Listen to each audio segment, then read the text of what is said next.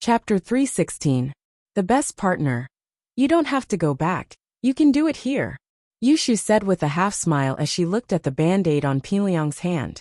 Other than the cut on his index finger yesterday, Pinliang had also wrapped a band-aid around his right middle finger to confuse Mengyao and Yushu. He couldn't let them know that today's blood letter was written with Gao Xiaofu's blood after all. Ah, here. Pinliang paused before a bitter smile appeared on his face. The wound on my hand has dried up. I'll have to go back and get a carving knife. Oh, it's fine, I have a carving knife here. I'll lend it to you.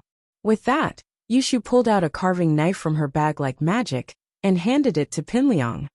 Pinliang sweated. Why was he so unlucky? He had thought that he had escaped death, but he did not expect that he would still have to cut his finger. Yushu was right here too, and it wouldn't be right if he didn't do it. Pinliang's face was covered in cold sweat. It's not a good idea to do it here, is it? What if the blood spurts out everywhere and scares you guys? I say, Liangyi, you don't get it, do you? Yushu said. How could I let you go back? I still want to see you bleed nonstop. She pretended to be teaching him a lesson. Cut your finger in front of the girl you love and sign your name on the blood letter in front of her. That's the only way to show how much you love her. Is that so? Pinliang was starting to get excited. Then I'll do it now. What are you waiting for? Yushu asked back. Then, all right. Pinliang's face lit up with determination. Mengyao was amused. This Shu really didn't bat an eyelid when it came to messing with people. Zhong Pinliang was in big trouble because of Shu, but she hated Pinliang, so she didn't try to stop him. However, it was also because of Mengyao's indifferent attitude that Pinliang thought that she was agreeing to it. Under normal circumstances, Mengyao would have kicked him out impatiently if she didn't like him. But this time, Mengyao didn't say anything, which meant that she agreed. This made Pinliang even more determined. He took the carving knife from Yushu, wondering which finger he should cut this time. While Pinliang was hesitating, Yushu sent a message to Lin Yi. Shield bro, Pinliang's cutting his finger again. Please come help. Pinliang gripped the carving knife, gritting his teeth as if he'd made a difficult decision. Abruptly, he cut off his right thumb. He could only cut this finger. It was not convenient to write on the other fingers. Lin Yi looked at the message on his phone and stood up slowly. He walked over to Pinliang, a smile on his face when he saw him cut his finger. It seemed like the kid hadn't learned his lesson from yesterday. Don't block the way, Lin Yi said as he pulled on Pinliang's arm, causing him to stumble. Pinliang was just about to sign his name when Lin Yi's voice came from behind him, startling him. He thought that Lin Yi was going to kick him again, but after the push, Lin Yi strode over without hesitation. Phew. Pinliang breathed out in relief. It seemed like Lin Yi didn't do anything to him, because he was in a hurry to go to the washroom. Wah! Yushu pointed at Pinliang's finger excitedly. Liangyi, your finger's bleeding. That's so cool. Do you have superpowers? Is this the legendary six-pulse blade? Pinliang blinked, not understanding what Yushu was talking about. He lowered his head to continue writing, only to realize that the paper was already soaked in blood. His hand, on the other hand, blood was gushing out like a fountain, just like yesterday. Ah! Pinliang yelped as he tossed the blood letter aside and ran back to his seat. Phew, band-aids, give me a band-aid. Yushu raised two fingers in a V shape as she watched Pinliang run away. She cheered happily. Yay, success! Shield bro and I work well together. Mengyao didn't know what to say as she looked at her best friend. She was now certain that Pinliang's bleeding yesterday had to have been caused by Lin Yi. Before Lin Yi came over, Pinliang's finger was still bleeding very slowly, but after Lin Yi came over, the blood was gushing out like a fountain. It was obviously Lin Yi's doing. Lin Yi and Yushu. They really were a match made in heaven, the prankster duo. It'd be hard for Pinliang not to be crippled in the future. Mengyao's heart ached a little at the thought of Yushu and Lin Yi being a match made in heaven. She had to admit that Yushu and Yushu were very similar in some ways. Hee hee yao yao, what do you think? Feels good, right? Let's see if Pinliang dares write that blood letter again. Yushu turned back to look at Pinliang, only to see him trying to wrap a band-aid around his wound. One band-aid wasn't enough to stop the blood anymore. Pinliang had no choice but to wrap it around his finger with cellophane tape. Only this sort of airtight tape could stop the wound. Pinliang found it strange. How did his finger end up like this? It had never happened before. Lenny went to the washroom and returned to the classroom. Yushu winked at him and made a victory sign with her hand. Lenny smiled. Boss, why did you go out just now? Didn't you see that amazing scene? Kong Xiaobo looked at Lin Yi with a pitiful expression. Oh, what's wrong? Lenny asked with a smile as he sat down in his seat. You didn't see it, but Pinliang started spewing blood again. It was spectacular. I've never seen anyone bleed like that before. Kong Xiaobo said. You didn't see it, but it's even worse than yesterday. The blood was shooting out of his hand. Ah. Is that so?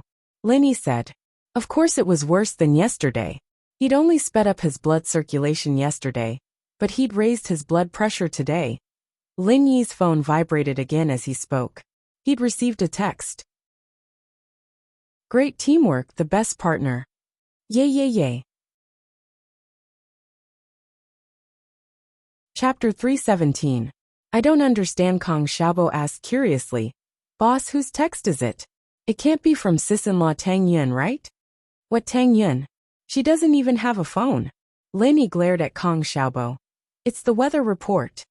Oh, Kong Xiaobo remembered that Lin Yi was going to buy a phone with Tang Yun at noon. He was going to buy one for Xiaofan as well. At noon, Lin Yi, Tang Yun, Kong Xiaobo, and Lu Xinwen left the school together. Lenny had an old van, so he didn't need to take a taxi anymore. Although the car wasn't good, it was better than nothing. Tang Yun, Kong Xiaobo wants to buy a phone for Xiaofan. It'll be easier to contact her. What about you? Lenny asked Tang Yun, who was sitting in the front passenger seat. Kong Xiaobo gave the seat to Tang Yun and sat in the back with Lu Xinwen. Me? I'm not buying it. I don't have much use for it. Tang Yun shook her head. Her family situation didn't allow her to buy a phone.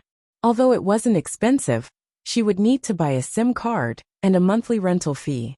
It wasn't a small amount, so Tang Yun rejected it. Boss will pay for it. Xiaobo continued. Fun's phone was a gift from my boss sis-in-law. She'd never accept it if he bought her a phone if you didn't want it, sis-in-law. Please help me. Tang Yun couldn't help but giggle after hearing Kong Xiaobo's words. Begging someone to buy a phone for them. However, Tang Yun remembered that Lin Yi bought her a dress at the night market and asked her for 50 kuai. Thinking about it, it was strange sometimes. Back then, she had hated him to death. But now, she was sitting quietly in his car, sitting beside him. She'd thrown the dress in her closet because she was mad. But she'd probably be able to find it when she got home tonight. Tang Yun couldn't help but smile at the thought. Would she have accepted the dress if he'd given it to her? The answer was no. But now, Lin Yi wanted to buy her a phone. And after some persuasion from Kong Xiaobo, Tang Yun acquiesced. Lin Yi parked the car in front of a mobile phone store.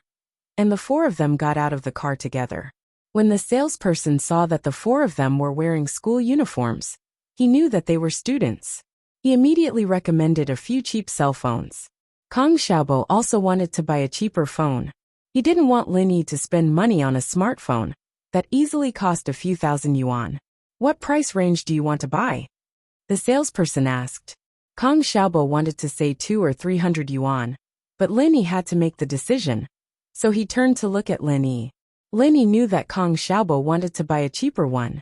According to his plan yesterday, he wanted to buy 200 or 300 yuan. But Lin Yi didn't want to buy one that was too cheap for Tang Yun. If he bought one that was 200 or 300 yuan for Xiaofan, Lin Yi naturally wouldn't buy one that was too expensive for Tang Yun. Differential treatment. And it wouldn't be good if Xiaofan had any ideas. Around 1,000 yuan. Lin Yi thought about it and set a price. Tang Yun wouldn't be able to accept a price that was too expensive, so this price should be about right. Nokia 5233. This phone is very popular among students. It's cheap and has all the functions, but it lacks the GPS function compared to the 5230. But you students won't need that function anyway. The salesperson took out a phone and introduced it to Lin Yi and the others. The price is cheaper than the 5230. Only 833 yuan. What do you think? Lin Yi pushed the phone to Tang Yun, asking for her opinion. It's pretty good, but it's a bit expensive. Tang Yun still couldn't accept the fact that she wanted something from Lin Yi. Although Kong Xiaobo tried to persuade her for a long time, she still felt that she shouldn't buy it. Heh. Lin Yi smiled and said to the salesperson. Then I'll take 3 of these phones. How about we buy the 300 yuan one? Tang Yun saw that Lin Yi wanted to buy it, so she hesitated and pointed at the 300 yuan phone. Please. Kong Xiaobo is giving it to Fun. It's too shabby, he can't take it out, right? Lin Yi whispered. Oh. Tang Yun could only nod, but she felt a bit depressed in her heart. She owed Lin Yi more and more. How could she pay him back? From the barbecue recipe, to him helping her and her mother chase away those bullies, to Fun's medical fees. Although Kong Xiaobo played a part in it, most of it was because of her face. So Tang Yun couldn't pretend that she didn't know anything. He saved her again. Now he wanted to buy a phone for her. Tang Yun didn't know if her relationship with Lin Yi would become more and more complicated if this continued. Did he really like her? While he was hesitating, Lin Yi had already bought 3 phones and 2 SIM cards. One of them was Fun's birthday, and the other was Tang Yun's birthday. Xingwen was in charge of both of them. Lin Yi swiped the card and distributed the phones. Tang Yun got one, Kong Xiaobo got one, and Lu Xingwen had an older phone, so she didn't need to buy it. Lin Yi used the last one for himself. The expensive phone from before was also broken, so Lin Yi bought a cheap one. No matter how expensive it was, it would be ruined if it was soaked in water. Lin Yi's job was more dangerous, so he chose a cheap phone. If it wasn't for the fact that Yushu's phone was too feminine, and Lin Yi didn't want to take it out, Lin Yi would just use it. Tang Yun sighed lightly. She owed him a lot. She owed him a lot already, so a phone wouldn't make much of a difference. But when she got in the car, she whispered to Lin Yi, "Thank you." Ha! Lin Yi smiled and turned his head to look at Tang Yun mischievously. Then how are you going to thank me? Wah! How am I going to thank you? Tang Yun jumped and blushed, remembering what she promised him yesterday at the hospital. Her heart raced. Yesterday at the hospital, you still owe me a kiss, Lin Yi said in a low voice. As expected, he was talking about that. Tang Yun blushed. Wah! What? I don't know what you're talking about. I don't understand.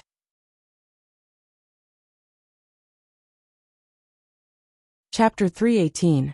A moment of brilliance. Lin Yi drove Tang Yun, Kong Xiaobo, and Lu Xingwen to the entrance of the hospital.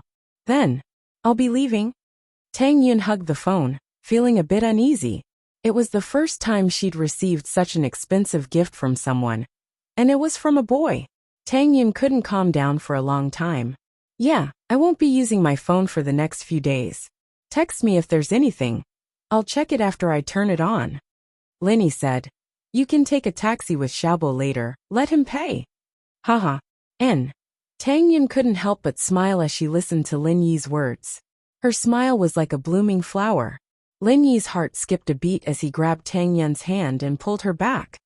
What? What are you doing? Tang Yun froze and looked at Kong Xiaobo and Lu Xingwen, who'd already gotten out of the car. She let out a breath of relief when she saw that they weren't looking at her. Aren't you going to say something before we leave? Lin Yi pointed at his face. I'll say it again. Tang Yun couldn't stand Lin Yi's teasing. She struggled out of Lin Yi's hand and ran out of the car. Her heart raced as she let out a long breath. She looked at Lin Yi and pouted before turning around and ignoring him. If it had been anyone else, Tang Yun would have run away crying. But with Lin Yi, all she felt was shyness. Tang Yun, who suddenly realized this, started to feel lost. Was it a good thing for her to fall deeper and deeper in love with Lin Yi? Yun, what's wrong? You don't look well. Lu Xingwen was talking to Kong Xiaobo when she looked up to see Tang Yun's reddened face. It was like she had a heat stroke. It's nothing. Tang Yun quickly shook her head. Let's go. Xingwen shook her head. She didn't know what happened to Tang Yun. She turned around to look at Lin Yi's car, but realized that Lin Yi's car was already far away. She could only bury the question in her heart. Before leaving the country, Lin Yi had to deal with Lu Zhenhu's illness first. While he could extort some money from the man, he could also give Xuemin time to start planning for the medical company.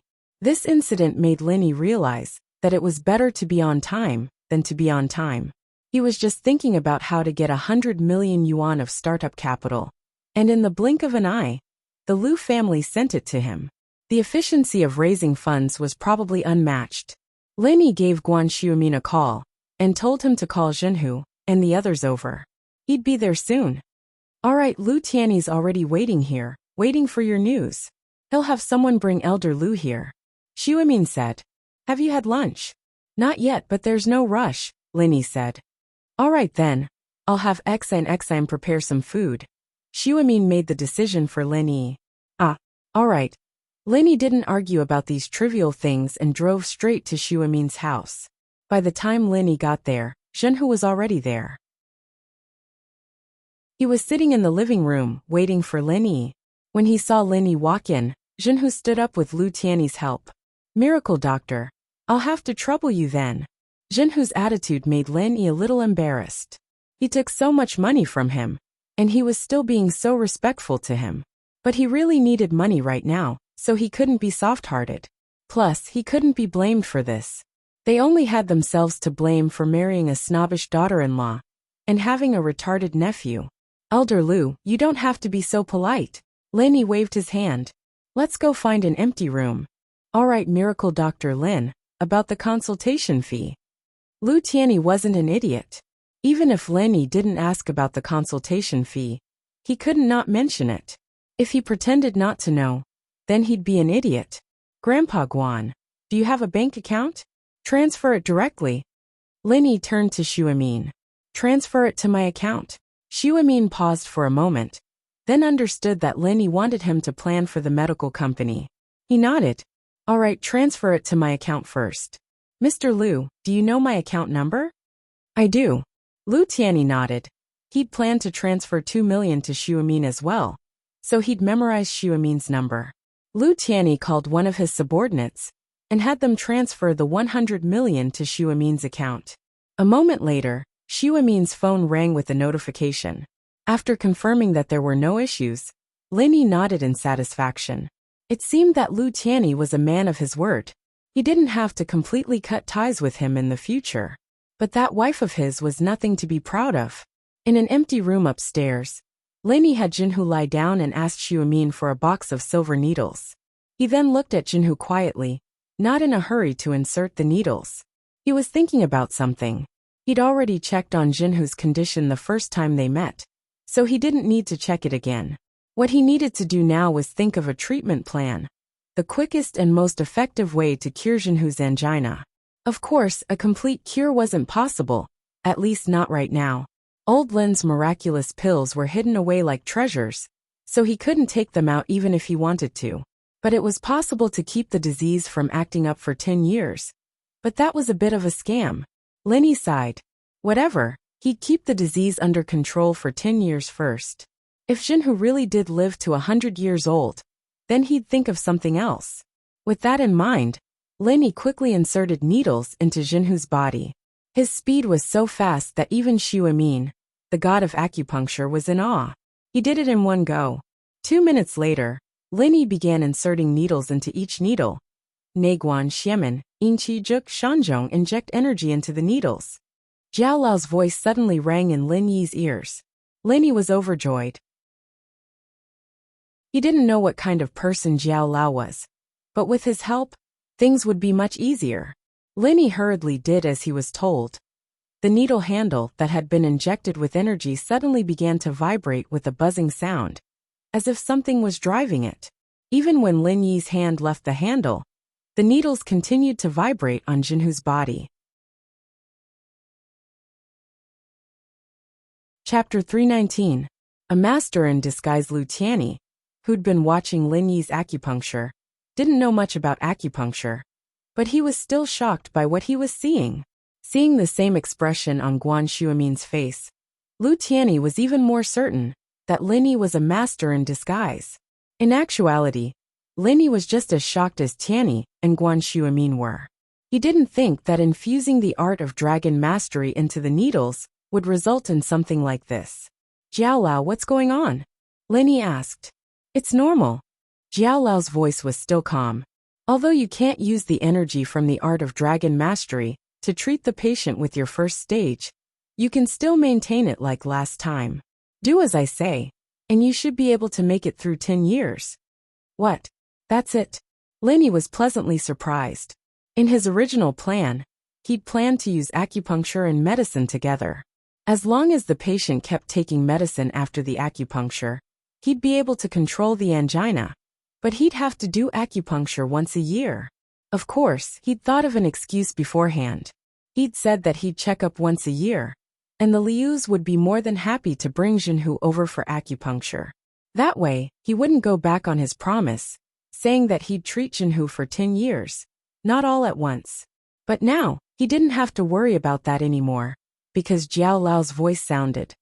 Of course, the pure energy in your body is more than enough to maintain a patient's bodily functions, and that's it. Is that strange? It is. Does that mean other golden class masters can do the same? Lenny asked. Didn't I say it before? Only the energy in your body is pure energy. The martial arts they practice produce pure qi, and every martial art has a different type of pure qi. That's why the pure qi produced only works on their own martial arts. If used on others, it'll either be useless or have the opposite effect. Jiao Lao said with a tone of exasperation. Haha, I see. Lenny laughed awkwardly. In front of others, Lenny could call them idiots, but in front of Jiao Lao, Lenny could only laugh dryly. All right, time to put the needles away. Now follow the order I say, and insert the needles into Jian Shu. Jiao Lao named a few more acupoints. Send the energy in. Lenny did as he was told, and the needles danced again. Guan Shuamin was amazed, and Lu Tianyi even looked up to Lenny as if he was a god. The 100 million was worth it. If he had an argument with Lin Yi because of the 100 million, not only would he have missed out on such a miraculous treatment, but the Lu family would have missed out on a miracle doctor. Phew, Lin Yi let out a long breath. Although he had enough energy in his body, transmitting the energy for a long time still made Lin Yi sweat. After repeating this 3 times, Lin Yi put away the needles, wiped the sweat off his forehead and said, Done. Done.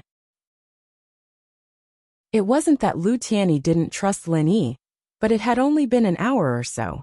His father's angina had been treated for so many years, and he had visited countless famous doctors to no avail.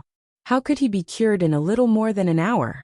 Although he had seen the magic of Lin Yi's acupuncture, it was still hard for Lu Tianyi to believe that Lin Yi had cured his father's illness in such a short amount of time. But he didn't dare to ask, afraid that he would make Lin Yi unhappy. He could only hold back his questions and look at his father. Dad, how do you feel? Lu Tianyi could only ask his father how he felt. Much better, so comfortable. But my body feels so uncomfortable. I need to take a bath. Lu Jinhu felt refreshed, but there was a sticky feeling on his body that was very uncomfortable. Huh. Lu Tianyi ran over to help his father up, but he was shocked to see a layer of greasy black and yellow dirt on his father's skin. What? What is this? Guan Shuamin also walked over after being reminded by Lu Tianyi.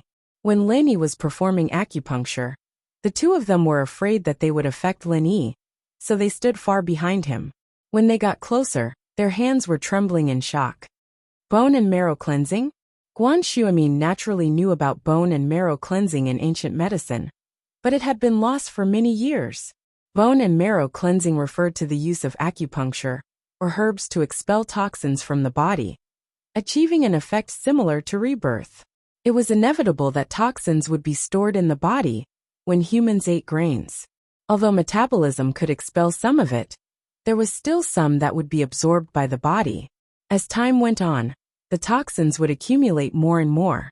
Guan Shuamin didn't expect Lin Yi's acupuncture to be so effective. Not only could it cure diseases, but it could also expel toxins from the body. Lin Yi paused when he heard what Guan Shuamin called him, but then Jiao Yazi's voice sounded in his ears. Lin Yi, your pure energy has a part of the effect of expelling toxins, so even if you didn't do it on purpose, it would still bring about this result. But that Lu Jinhu will probably live a few more years, and you'll have to perform acupuncture on him in 10 years. Lu Jinhu? Lin Yi didn't know what to say, but it wasn't all that strange coming from Jiao Lao's mouth. Jiao Lao was an old monster. And although Linny wanted to ask, Jiao Lao kept saying that he was too weak to know too much. So there was nothing Linny could do. But one thing was for sure. Jiao Lao was far older than Lu Zhenhu, which was why he called him kid. Huh. Linny smiled, but didn't explain. It seemed that Lu Zhenhu's 100 million hadn't been spent in vain. Not only did it cure his illness, it also extended his life. Good things like this couldn't be bought with money. But, since Zhenhu was going to live a few more years, Linny had to give him a heads up. Elder Lu's health isn't good, so I did it for a bit. But I have some bad news for you, Mr. Lu. Oh, what news? Please tell me, Miracle Dr. Lin. Lu Tianyi was startled. He'd thought that bone and marrow cleansing was a good thing. And the excitement from Guan Shuimin made him think that his father had gotten a great bargain. But then he heard Linny say that there was bad news. Even the usually calm Lu Zhenhu couldn't help but raise his head. Didn't Linny say that he was cured? Why would there be bad news? Could it be that bone and marrow cleansing was harmful to the body? But why did he feel so good? Chapter 320. Let me tell you some bad news, Lin. He wasn't expecting everyone to be looking at him with such nervous gazes. Did he scare them with his tone? Mr. Lu, I said I could cure Elder Lu's illness in 10 years, so it's 10 years. That bone and marrow cleansing thing is a complimentary gift. Linny paused. But the bad news is that you'll need to prepare the money 10 years from now. You'll still need to prepare it. Elder Lu can live for more than 10 years after the bone and marrow cleansing. Ah! Lu Tianyi blinked, surprised and overjoyed at the same time. This wasn't bad news at all. It couldn't be any better. How could it be bad news? So what if he had to prepare money after 10 years? As long as his father lived, House Lu would continue to prosper.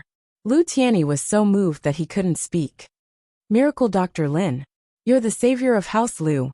Linny waved his hand. Alright, I'm tired, I need to rest. Yes. Miracle Dr. Lin needs to rest. I'll take my father to the bath first. Lu Tianyi didn't want to disturb Lin Yi any longer. He'd wanted to say some more words of gratitude, but held them back. Zhenhu couldn't help but be overjoyed at Lin Yi's words. Not only would he live for another 10 years, he'd be able to live a few more years on top of that. This was really good news. Tianyi, you have to prepare a big gift for young Miracle Dr. Lin after this is over. Consultation fee is consultation fee. Thank you gift is thank you gift. You can't mix the two together. Zhenhu knew how important a miracle doctor was to the family. And naturally he wouldn't let go of any chance to befriend Lin Yi. Zhenhu wouldn't look down on Lin Yi anymore. Age didn't determine one's ambitions. Lin Yi might be young, but he was capable. Yes, Dad. I understand. Lu Tianyi quickly nodded and helped his father up. No, I feel like I'm 10 years younger. It's like I've returned to the time when I was in my 70s. My body is very good, and I have strength. Zhenhu waved his hand and stood up, pacing a few steps around the room. Not bad at all. Lu Tianyi was even more surprised at this moment.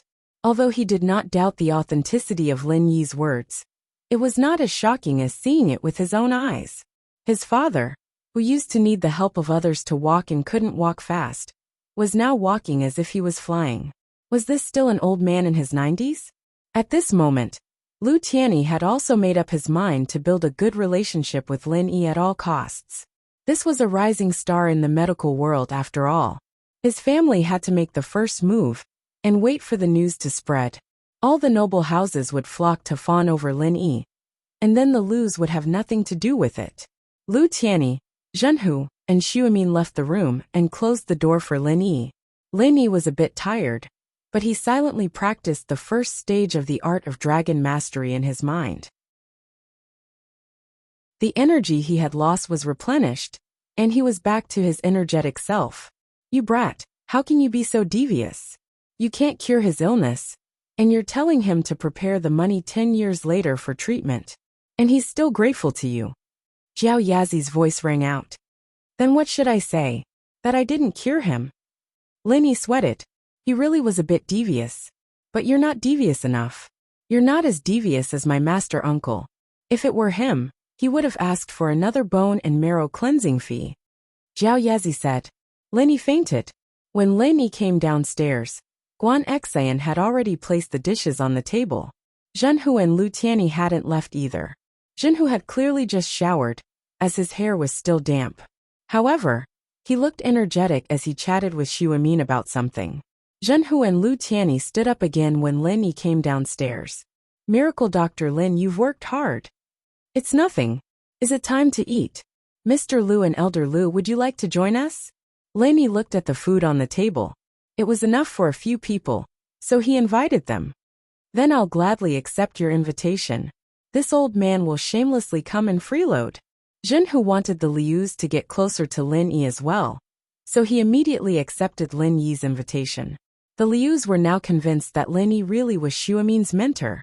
Although this was Xu Amin's house, it wasn't appropriate for them to stay and eat with Lin Yi. Guan Xan brought out the dishes one by one, and then placed the bowls and chopsticks on the table like a little wife. "All right, let's eat together. You must be hungry, right? Let's skip the formalities and get straight to the point." Xu Amin was worried that Lin Yi would be too tired, so he asked everyone to get straight to the point. All right." Lin Yi nodded, but noticed Guan Xan standing to the side. "Guan Xan, you're here too?" Guan Xan looked at Xu Amin. In the past, when Xu Amin's friends came over, Guan Xan wouldn't join in the fun. After all, she was a junior. Yesterday it was only Lin Yi, and the two knew each other, so Xu Amin wanted to introduce Lin Yi to her. That was why Guan Xan came. But today, Zhenhu and Lu Tianyi were here, so it wasn't appropriate for Guan Xan to just sit down. Xan, let's eat together. You can sit next to Yi," Xu Amin said with a smile. "Okay." Guan Xan nodded, happy as she sat down next to Lin Yi. Lu Tianyi wanted to sit next to Lin Yi to get closer to him, but Guan Xan suddenly sat down. He was a little disappointed, but at the same time, he started to pay more attention to Guan Xan. Guan Xan's shy and happy expression just now was reflected in Lu Tianyi's eyes. Lu Tianyi wasn't an idiot. He could tell Guan Xan's feelings for Lin Yi with just one look. No wonder Lin Yi was so close to House Guan. It was because of this. It seemed that even if he got to know a miracle doctor like Lin Yi, he couldn't cut off his connection with Xu Amin. Lu Tianyi made up his mind. Guan Xan put 100% of her effort into cooking today's meal, and it was a world of difference compared to yesterday's. Lin Yi, of course, ate heartily. Guan Xan, on the other hand, ate very little, but she was even happier to see Lin Yi enjoying the food. Lin Yi didn't linger after the meal. He still had to prepare for his trip abroad, and it was about time for him to leave for the airport. His flight was at 4 in the afternoon, and it was already 1. Lu Tianyi and Zhenhu were a little disappointed to see Lin Yi leave in a hurry, and so was Guan Xan. Xu Amin, on the other hand, didn't mind. He used to look forward to Lin Yi's visits, but now that he had a project with Lin Yi would definitely come more often.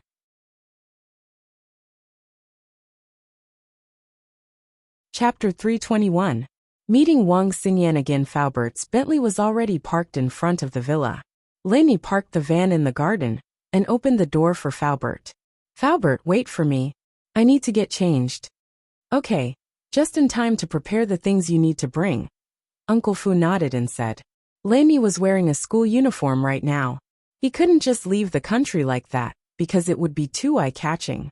The Songshan First School's uniform wasn't very eye-catching in Songshan, but it wasn't available in other cities, let alone overseas. If Lin Yi were to appear in that uniform, he'd definitely be noticed by the local gangs. Lin Yi changed into the casual clothes he'd bought at the night market and put on a pair of sunglasses. He then took out the blade from his shoe and threw it into the drawer. Something like that wouldn't be able to get past airport security. He'd just buy another one and put it in his shoe when he got there. Lin Yi left his phone on the desk and came out without anything else. "You're not bringing anything?" Faubert looked at Lin Yi's outfit, a little surprised. "What's there to bring? I'm just bringing someone back." Lin Yi shook his head. Faubert didn't say anything as he handed a credit card and plane ticket to Lin Yi. "This credit card can be overdrawn up to $1,000,000. The password is the same as the one I gave you before." Lin Yi didn't decline, and put the card and plane ticket into his pocket. Lin wasn't a stranger to flying, but this was his first time using Lin Yi's identity. He'd had all sorts of random names when he was on missions before. Lin Yi packed lightly and got on the plane in no time at all. Faubert had bought a first-class ticket. With Pingzhan's wealth, a first-class ticket wasn't much at all. Faubert had bought a transfer ticket that required a transfer at Yanjing. However, as soon as Lin Yi boarded the plane, he closed his eyes and prepared to sleep. "Sir, can I go over?" Lin Yi's seat was near the aisle. As soon as he got on the plane, he lowered his head as if he was asleep. However, in fact, Lin Yi didn't sleep. He just closed his eyes. When he heard someone talking, he guessed that it might be the passengers sitting inside, so he stood up. But when he saw the person, he was stunned. It's you?" Xingyan looked at the man in the big sunglasses. He looked familiar, but she didn't know who he was. Lin Yi was stunned. He then remembered that he was still wearing sunglasses, so he reached out and took them off. "What about this time?" "It's you, Lin Yi." Xingyan looked at Lin Yi a little surprised. What are you doing here?" But then Xingyan realized that her question was a little stupid. They were on a plane, and Lin Yi naturally had to take the plane to Yanjing. Otherwise, he wouldn't be here. Why you're here is why I'm here." Lin Yi shrugged. "Do you have luggage? I'll help you put it on." "Yeah." Xingyan nodded after a moment of hesitation. She was dragging a suitcase, and it would be a little troublesome for a girl to lift it up. She wanted to wait for the flight attendant to help, but Lin Yi did it for her. Xingyan didn't hesitate. "Thank you. It's no trouble at all." Lin Yi opened the luggage rack with one hand and grabbed Xingyan's suitcase with the other, placing it firmly on top of it. Xingyan's mouth was agape. The suitcase wasn't heavy, but putting it on with one hand showed that Lin Yi had quite the strength.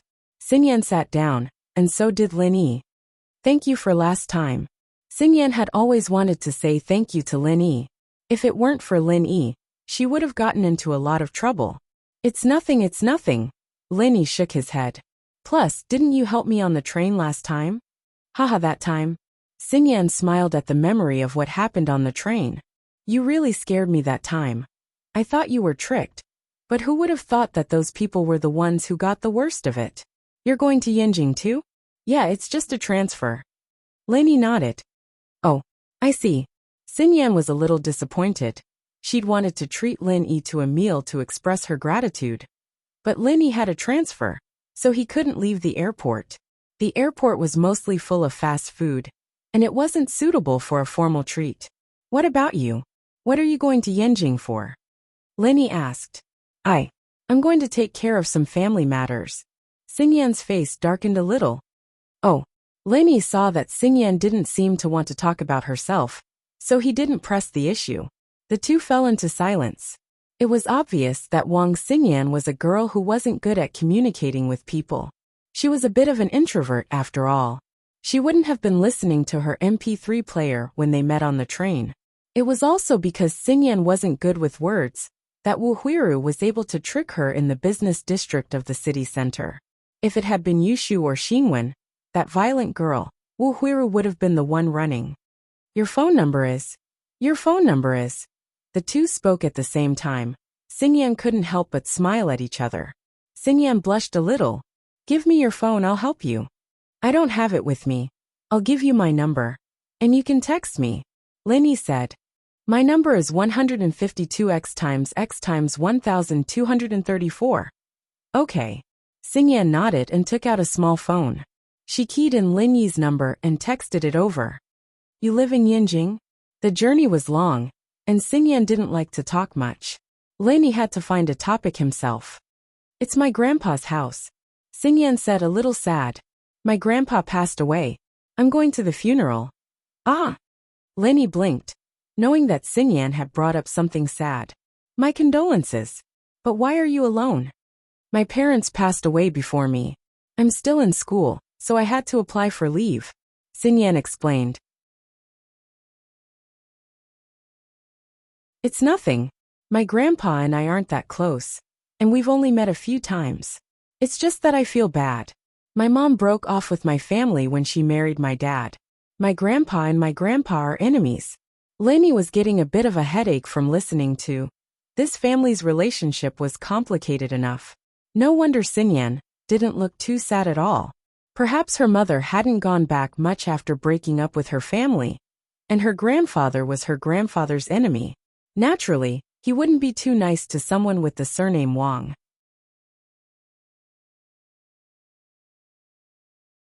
Chapter 322. Incorrect information. Sinyan blinked. You're an orphan? You could say that.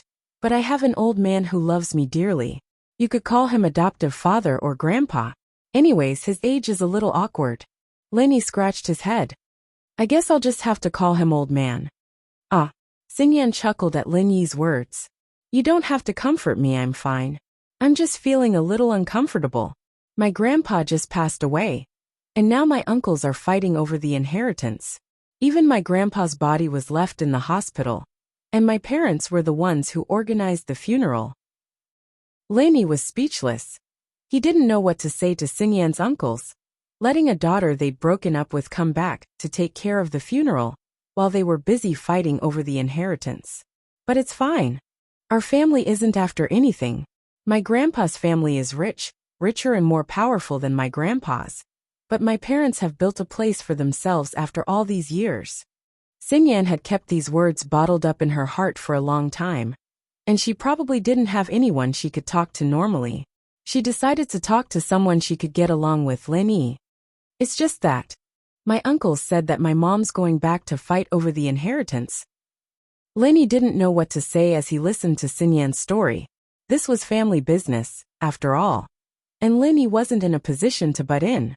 I'm just whining, just don't bother me. Sinyan shook her head with a bitter smile. It's fine, didn't I tell you? Every family has their own problems. And things like this are hard to deal with. As long as you do your best, it'll be fine. Lenny said. Yeah, as long as you do your best, it'll be fine. Sinyan nodded. The two talked for a while, and Sinyan seemed to be getting sleepy as well. She leaned back in her chair, falling asleep after a while. Lenny turned down the air conditioner for her, before closing his eyes as well. The plane was already descending when Lenny woke up. Sinyan was listening to her MP3 player, a few bags of snacks, and a glass of juice on the table. Sinyan took her headphones off when she saw that Lin Yi was awake. She handed Lin Yi a bag of snacks from the table. Here, they were distributed on the plane when you were asleep. I got one for you. You can eat it. I don't like these things very much. Lin Yi took a look at it, and found it was mostly dehydrated vegetable slices. He didn't like it. Yeah, thanks. Sinyan seemed to like these snacks a lot, and she'd already finished her portion. It didn't take long for the plane to land at Yanjing Airport, and Sinyan went to the domestic arrival point, while Lin Yi went to the international transfer lounge. The encounter with Wang Xingyan was just a small interlude, and Lin Yi was on a plane to Blue Town. There was no one he knew on the plane this time, and so Lin Yi closed his eyes and fell asleep. When he opened his eyes, he was already in a foreign land. This was a small town full of exotic atmosphere, but it was not Blue Town. Blue Town was a few kilometers away from here by car. Lin Yi flagged down a taxi after exiting the airport, telling the driver that he was going to Blue Town in English. English was the common language of the world, and it was effective in this exotic European town as well. There were many customers on the way from the airport to Blue Town, and the driver was used to it. Ever since the Blue Water took control of Blue Town, it had become a place of luxury and debauchery, with casinos, red light districts, and drug dealing all over the place. There were a lot of customers visiting Blue Town every day, and the driver thought that Lin Yi was a tourist. You can have some fun there, young man, but don't get too addicted to it. Or else. Sigh. Haha, thanks, I'm just going to take a look. Lin Yi thought that the driver was a good guy after all. The driver didn't try to convince him otherwise, and started talking about the local culture in Blue Town instead. Lin Yi had a clear Asian face, and he was obviously a tourist. Don't offend the people in blue baseball caps in Blue Town. They're members of the Blue Water gang, and they hang out in casinos and brothels. The Blue Water is the only gang in Blue Town, and they're very powerful. You might not be able to come back if you piss them off. I've heard of that before. Lin Yi nodded. Right, sir. I'd like to ask, where's the Blue Water HQ? HQ? Why are you asking? The driver asked, suddenly alarmed. I'm staying somewhere far away from them. It sounds scary, and I'm traveling alone. I want to avoid trouble. Lenny explained with a smile. Oh, I see. The driver let out a breath of relief. The Blue Water HQ is in an old castle on the west side of the town, but the core of the Blue Water isn't there. The castle is too eye-catching, and there's only the Blue Water members there. I see. Lenny wondered. Could the information be wrong? According to the information Guangbua had given him, that Blue Castle was the Blue Water's headquarters. But Guangbua hadn't looked into it before. Something that even a taxi driver knew? Haha. Yeah, one of my cousins is a member of the Blue Water, so he knows a bit more. Their HQ is in an auto repair shop in the North District, and only a few people know about it. But you're a tourist from another city, so it's fine to tell you. Try not to go to the North District. Alright, I won't go then. Lenny was moved. Just as he expected, the HQ of the Blue Water wasn't too big of a secret, but it was too far from Songshan, and Guangbua could only find some superficial information.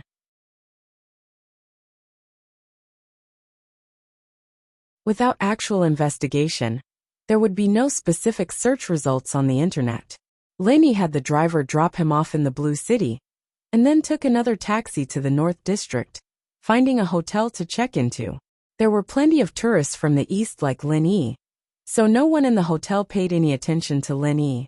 Lenny took a quick look at the room, before leaving the hotel with his sunglasses on, wandering the streets of the North District.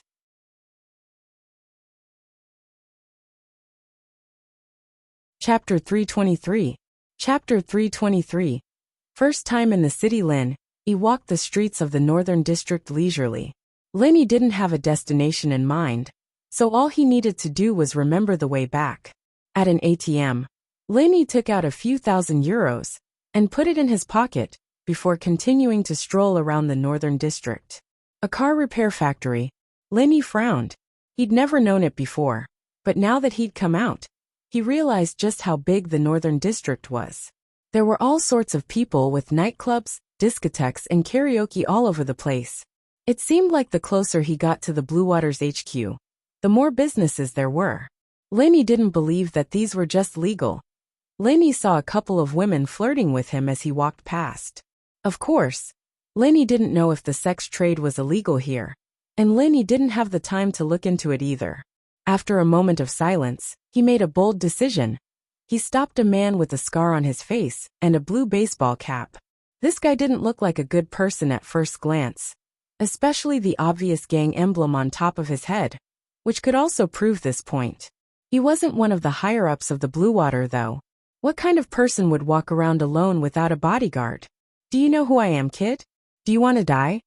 The scarred man wasn't expecting Lin Yi to stop him. He started yelling in the local language. Hey, don't rush, bro. Lin Yi pretended to be cautious as he looked around.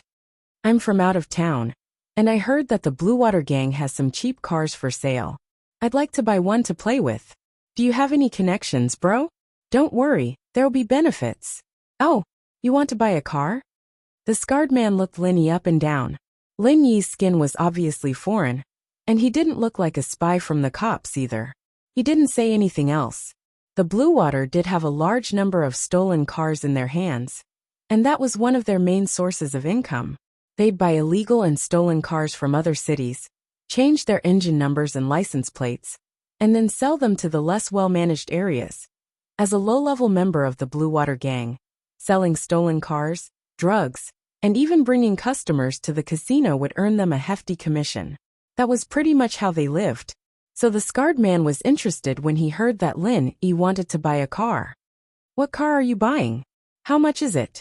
Scarface didn't ask Lin Yi what he was buying the car for, since there was no need to ask. It was a rule in the industry, and if people didn't ask about the origin of the car, then there was no need to care about what the car was for. In any case, the money was exchanged, and the goods were exchanged. They did not owe each other anything, and after that, they did not know each other. Anything is fine, as long as it's a little cheaper. Lin Yi naturally wouldn't put on airs and buy a high-priced stolen car. Anyway, this kind of thing could be thrown away after it was used. Even if Lin Yi used Faubert's credit card, Lin Yi didn't want to cause trouble. Who knew if this guy in front of him was the kind of person who was greedy for money? What if he saw his extravagant spending and had evil thoughts? Lin Yi wasn't afraid of him, but Lin Yi's main goal was to bring Xie Jinbiao back to the country. He didn't plan on getting into any conflict with the Blue Water Gang. Whether they were good or bad had nothing to do with Lin Yi. Scarface wasn't disappointed by Lin Yi's words. After all, most of the luxury cars were smuggled to other countries, and the ones left for sale weren't anything good. It was good enough for someone like him to get a deal like this in a month, so he didn't mind. They're cheap, ranging from a few €100 to a few $1,000 are fine too. Take me there, Lin Yi said. Follow me. Scarface nodded and led Lin Yi through the northern district. Lin Yi followed behind him at a leisurely pace, arriving at the entrance of a car repair shop after 10 or so minutes of walking. A smile formed on Lin Yi's lips. It seemed that he'd made the right bet. The Blue Water's stolen cars were indeed stored in the factory. This repair shop was probably the Blue Water's headquarters. York, who's this guy? A Blue Water member with a blue hat standing guard at the door recognized Scarface, but not Lin Yi. Here to buy a car. York greeted him with a smile and swaggered into the shop with Lin Yi. Evidently, they didn't think that Lin Yi would be able to cause much of a ruckus in Blue Water territory by himself. They didn't even bother with a body search before letting him in. Lin Yi shook his head inwardly. The Blue Water's management was a little too lax. In actuality, the Blue Water was the overlord of Blue City. The Blue Water members could wipe out anyone who tried to cause trouble in any part of the city, let alone the headquarters. York brought Lin Yi to a big yard at the back of the repair factory. There were close to 100 cars parked there. Some models Lin Yi had seen before, and some he hadn't seen before. They all looked like they'd been there for a long time. They're all here.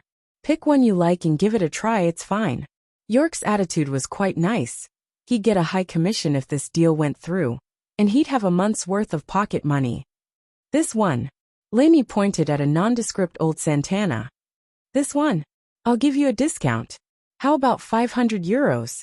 York gave a price after a glance at the car Lin Yi was talking about.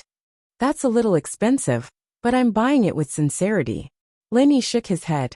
It's not expensive, it's a reasonable price. This is a car from 10 years ago, and it's still very good, York said. 400. Lin Yi took a look at the model and condition of the car. It was probably from the 90s, and this car was probably as old as he was. 10 years.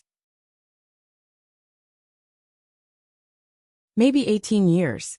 A little higher, 450? York asked. In actuality, Lin Yi wasn't cutting the price too harshly. It was more or less a normal price, and he did look sincere. 400 it is. This car is more than 10 years old, and I'm just buying it for a ride. Who knows, I might throw it away in a few days. Lin Yi said. All right, 400 it is then. York nodded readily, cash in one hand and the goods in the other.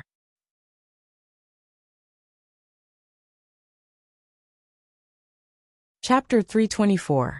A cool girl. Nope, remember my number. Call me if anyone tries to stop you. York paused before taking off his hat and handing it to Lin Yi. Here, you wear my hat. And the cops in this city won't give us any trouble. All right, thank you. Lin Yi put the hat on. I'll just say I'm Boss York's lackey if anyone gives me any trouble, all right? Of course.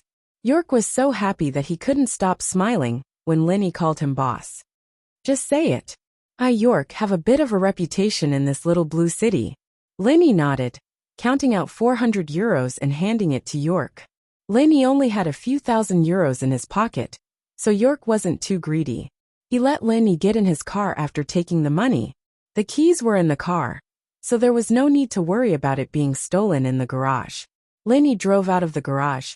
Lin Yi's things were a lot easier now that he had the hat, and York thought he'd taken advantage of him. The car hadn't gone far when they saw a pretty girl trying to flag down a car. She waved when she saw Lin Yi's car coming over. Naturally, Lin Yi wasn't really interested in hitchhiking. There were at least 80 pretty girls who'd hit on him in the north, and no one knew what they did for a living. Lin Yi, however, was paying attention to the girl because she was an Asian. It was a strange feeling to see an Asian girl in a foreign country. The girl had a pair of sunglasses on her cool face and a black outfit that was quite eye-catching. Lin Yi, however, felt a sense of familiarity, even though the sunglasses covered most of her face. Lin Yi wouldn't have stopped the car if it weren't for the fact that she looked familiar. "What's up?" Lin Yi was wearing a blue baseball cap and a pair of oversized sunglasses. His outfit was probably similar to this cool chick's, and it was hard to tell his true appearance from the outside. "Handsome, can I hitch a ride?" The cool chick squeezed out a smile on her cool face. "Hitchhike? I don't even know where I'm going.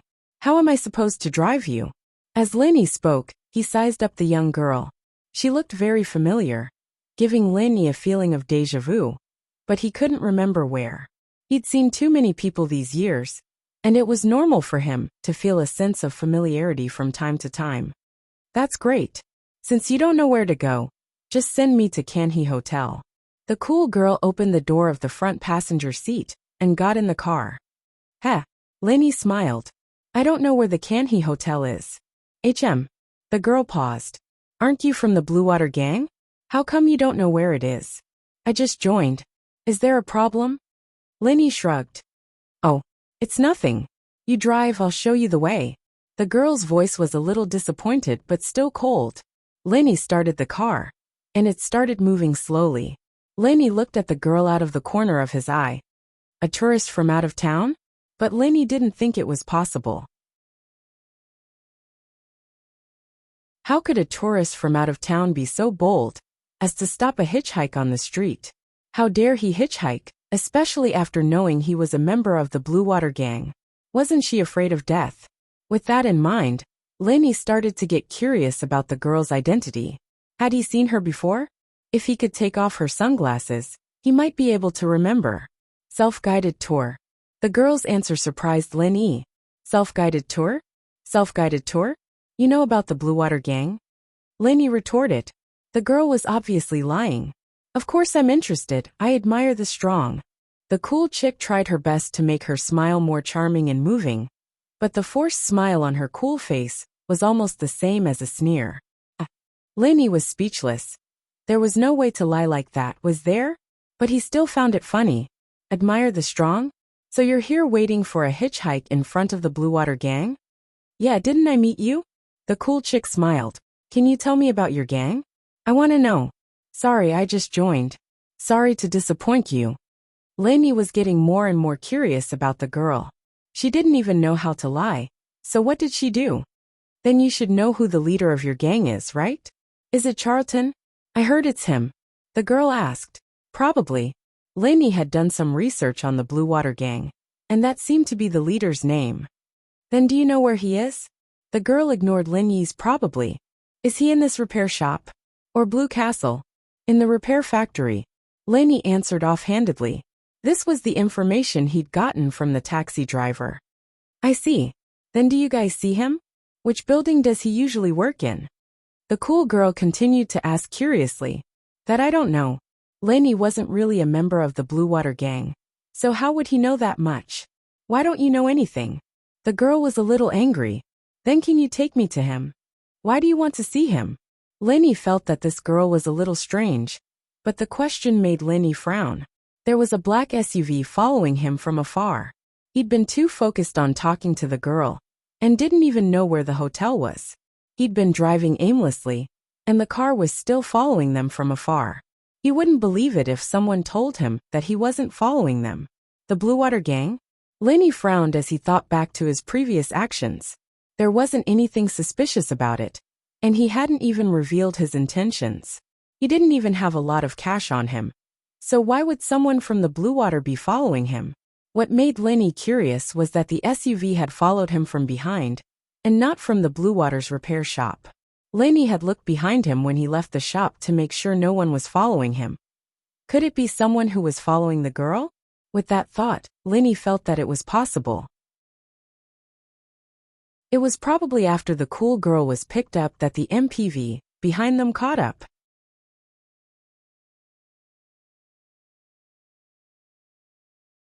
Chapter 325. 10 years later. I worship him. The cool girl wanted to act coquettishly, but there was no coquettish expression on her cool little face. Needless to say, it was very strange. Worship him.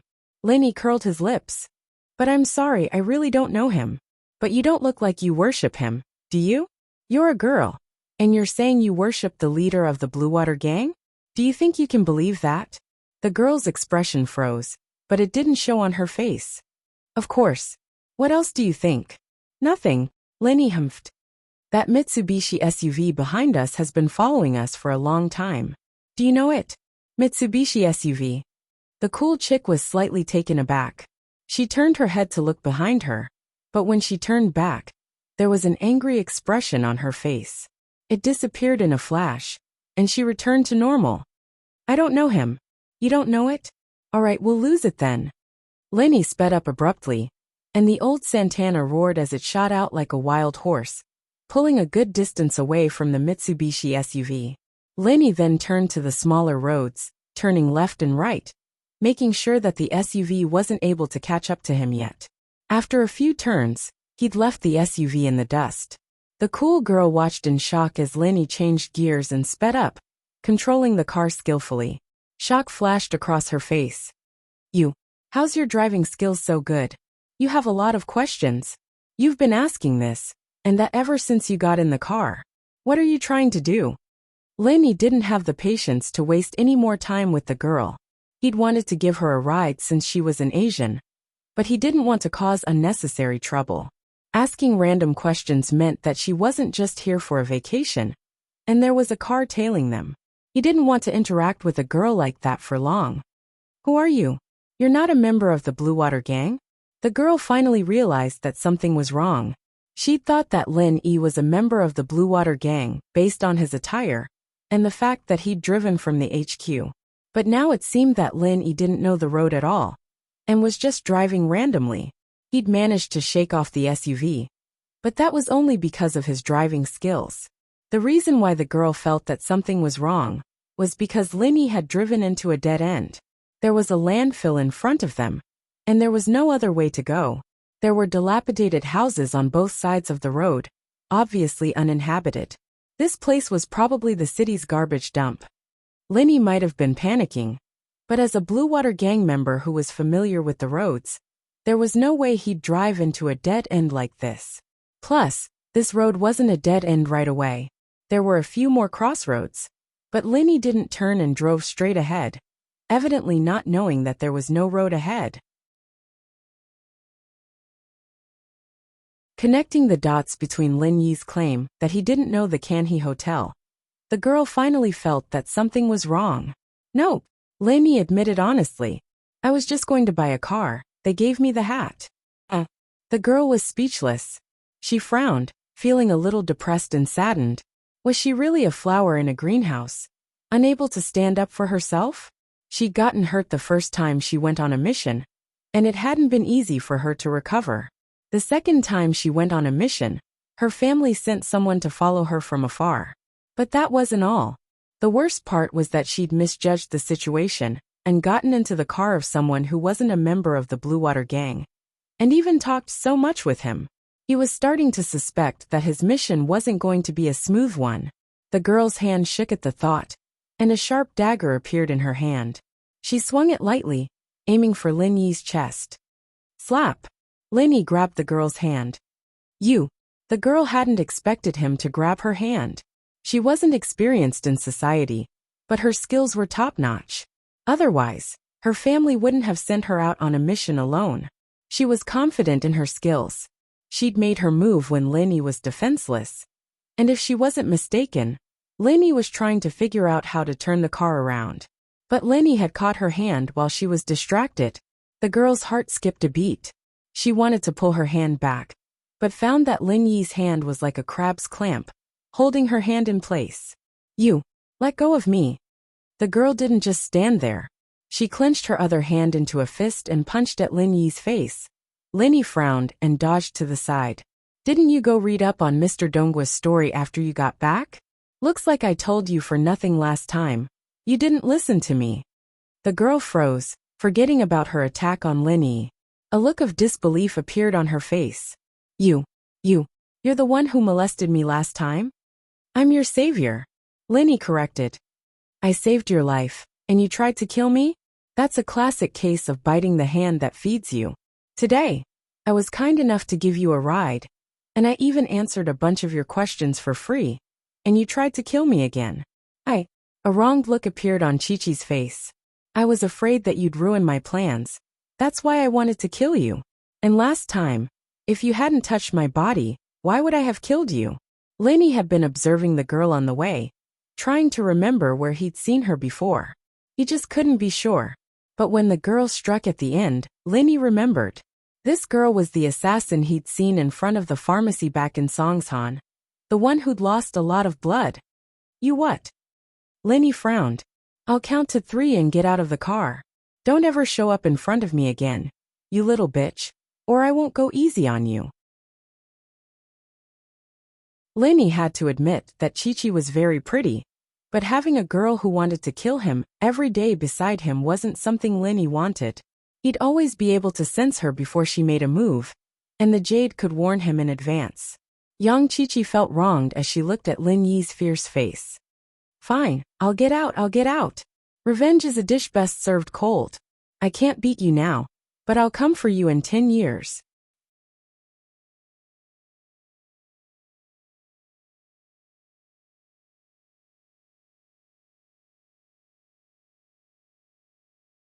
Chapter 326. Chapter 326. Sorry. Chi-Chi glared at Lin Yi before getting out of the car. Lenny stepped on the gas, and the car sped away, and Chi-Chi realized that she was standing in front of the junkyard. There wasn't a single person here, nor were there any taxis. How was she supposed to get back? Chi-Chi wanted to cry as she yelled at Lin Yi's car. Lenny, I hate you. Just you wait. Lin Yi's car answered with a puff of black smoke. Chi-Chi helplessly took out her phone and dialed a number. Grandpa Tombstone. Did you follow me? No. Just admit it. I'm at the junkyard. I'm lost. Come get me. All right, I'll be waiting. Lenny was driving out of the alleyway when the Mitsubishi SUV drove past him. Lenny frowned. It seemed that this car had something to do with the girl. After asking around for directions, Lenny got back to the hotel he was staying at. It was pretty easy to find the way. Lenny planned to make his move at night, so he didn't have much to do during the day. He parked the car in the hotel's parking lot, putting the blue baseball cap York gave him on the driver's seat to prevent car thieves or unnecessary trouble before entering the hotel. Lenny did this because he'd seen a lot of cars like this on the road. It must be some sort of secret signal for the Blue Water Gang. Putting a blue baseball cap in the car would keep thieves away. Lenny went back to his hotel room and took a nap. He was going to make his move at night, forcefully taking Xie Jinbiao out and back to China. At the same time, Chi-Chi was sitting next to an old man in one of the rooms of Canhee Hotel, a little troubled. Her cool face was red with anger. Grandpa Tombstone, that Lenny is a bastard. I'm going to kill him. How dare he leave me in the junkyard? You said that person's name is Lenny? Mubei paused at the name. Yeah. What, you've heard of this name before, Grandpa Tombstone? Chi-Chi asked curiously. Nothing. Tombstone shook his head. Let's not go for tonight's operation. I'll talk to the patriarch and cancel it. No, I must kill that Charlandon. Chi-Chi shook her head stubbornly. I have to prove to my father that I'm a qualified assassin. All right then, Miss Yang, please be careful. Tombstone said helplessly. However, I will stay outside the repair factory. If there is any situation, call me at any time. Got it. There was a hint of unwillingness on Chi-Chi's cool face. She didn't want Mubei to follow her, but there was nothing she could do. Grandpa Mubei must have been sent by her mother. That night, Lenny made his move. Lenny parked his car not far from the repair factory he'd been to earlier in the day, and put on his blue baseball cap, striding into the factory. The Blue Water member guarding the door only raised his head slightly to look at Lin Yi, but didn't stop him. He went back to his video game. The people who came to the repair factory at night were all Blue Water members. Normal people wouldn't come to a place like this at night, so the guard didn't think that Lin Yi would come looking for trouble alone. Lin Yi kept his head down with the blue baseball cap on, so no one noticed him. There were at least 300 people dressed like Linny in the factory, all busy with their own things. Linny wasn't in a rush to find out where Jinbiao was being held. He walked around the factory a couple of times, memorizing the layout of the place. You guys go check out Mr. Wyhan's casinos. Someone's causing trouble there. Bring him back and have his family and friends prepare $50,000 to pay for his ransom. A coarse voice called out to a few Bluewater members. Yes. After these members received the order, they got into a few cars and sped away. The man who'd been cursing earlier was about to leave when a knife appeared on his neck. Don't scream, or I'll kill you. Linny was actually looking for a Bluewater leader as he walked around the factory. Normal gang members wouldn't be able to find out where Jinbiao was being held. After all, everyone was busy with their own business. Kidnapping Jinbiao to extort money from Guangbo wasn't a big deal. At least, the Bluewater gang did this sort of thing quite often. Even their leader, Charlton, didn't know about it. Charlton only looked at the final profits of the gang. As for how, that was handled by the mid-level leaders. So, he couldn't just grab a random person to find out where Jinbiao was being held. That was why Linny hadn't made a move yet, choosing a target instead. Linny wanted to hit the target in one go, and not blindly ask a bunch of people. That would only alert the enemy. But finally, Linny ran into the leader who'd ordered his men to capture Jinbiao. Linny was delighted. The person he'd been looking for was finally here. What do you want? The leader was just about to cry for help when he heard Lin Yi's voice. The knife on his neck was real and cold, and he couldn't guarantee that the guy behind him wouldn't stab him to death. Where are the people you've captured? Linny asked. Cut the bullshit and answer me. Don't blame me if you lie. Who are you looking for? Tell me the name, and I'll call my men to release them. The leader said carefully. Linny snorted coldly, cutting the knife into the leader's neck. Blood gushed out. I told you to cut the bullshit and answer me.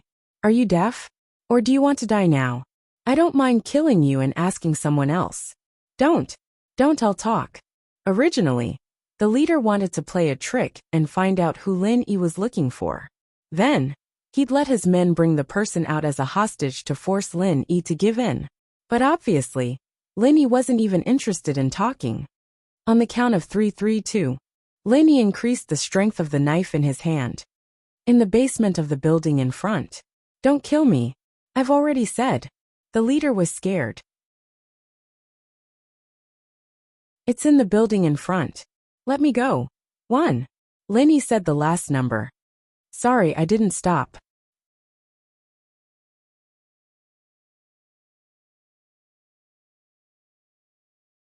Chapter 327.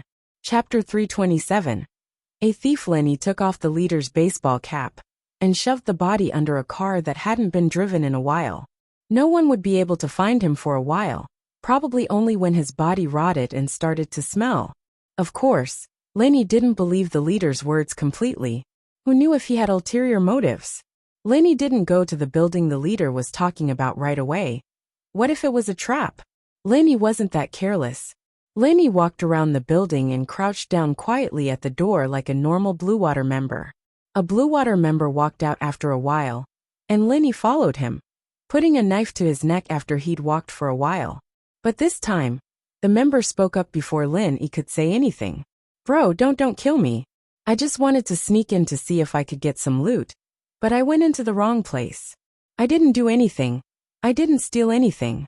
You can search me if you don't believe me. I really didn't steal anything. Please let me go. Lin Yi paused, speechless. This guy had snuck in just like him? And from what he said, he seemed to be a thief who wanted to fish in troubled waters? Where did you get that hat? Lin Yi didn't know whether to laugh or cry. I stole it. The thief didn't try to hide anything. I saw someone leave it in the car, but the window wasn't closed, so I stole it. I heard this was where the Bluewater made their money, so I came to try my luck. Bro, it's really my first time here. Oh, then what did you see when you went in? Lin Yi asked. I didn't see anything really. I won't tell anyone. The thief was on the verge of tears. Tell me the truth. What did you see? Lin Yi asked helplessly. He didn't expect this thief to misunderstand him and think that he wanted him to keep it a secret. Big brother, You're also a sensible person. You know that's where you keep the hostages. Although I saw it, I won't tell anyone. Really, don't worry. I'll keep it to myself. The thief said honestly. I'm not a professional. I won't report you. Lenny listened to the thief's words and knew that he misunderstood, but Lenny didn't explain. Now that he had confirmed that this building was really a place to hold the hostages, it was fine. No one noticed you after you went in. Don't tell me there aren't any of our people inside? Lenny asked. No, there's no one from you inside. Except for the hostages behind the iron bars. The thief thought that Lenny was just asking a routine question, so he answered truthfully. He didn't have time to think about why Lenny was asking these questions. He was already sweating profusely. If I let you go just like that, I'll have to bear the risk if the higher-ups ask. Lenny didn't want to kill the thief anymore. It'd be more troublesome to deal with the corpse. He might as well let the thief go. But he had to make sure that he didn't get suspicious if he let the thief go too smoothly. Big brother. The thief took out a stack of money from his pocket. This is my earnings for the day. You can use it to buy some cigarettes. Okay, you know your place. Now scram. Lenny took the money and stuffed it into his pocket in satisfaction, sheathing the knife. The thief ran off gratefully, not even looking back as he left the place. Thinking about it, he didn't dare to stay any longer and would probably run out of the repair factory. Lenny made sure that there weren't any Blue Water members in the building from the thief's mouth, and so he swaggered in. The first floor was a big hall, but there was nothing there. The second floor was sealed off, evidently used as a warehouse. Lenny went down to the basement and saw rows upon rows of prison-like cells. Some had people sitting in them, some didn't, but none of them raised their heads to look at Lenny as he walked past. All of them looked dejected and dispirited. They were probably hostages that the Blue Water gang had come up with all sorts of excuses, waiting for their families and friends to come with money to redeem them. Still, the Blue Water gang was pretty cocky, running a blackmail business like this in broad daylight. It seemed that the security here had fallen to a certain level. Xie Jinbiao. Lenny couldn't be bothered to look for them one by one, so he called out the name. Here, here. One of the men in the cell stood up excitedly, waving at Lenny as he walked to the edge of the cell. Lenny nodded and quickly walked over. The other hostages were evidently used to this, and didn't even raise their heads. Whoever brought the money would be called out and released, while the others wouldn't be able to get out no matter what. They didn't seem to care about Lenny's arrival at all. You're Xie Jinbiao? Lenny looked at Jinbiao, noticing that he was very different from the picture Guangbua had given him. In the picture Guangbua had given him, Jinbiao was tall and strong, but this Xie Jinbiao in front of him looked like a sickly person, skinny as a monkey.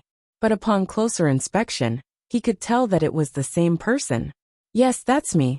Did my dad transfer the money? Jinbiao was a little excited.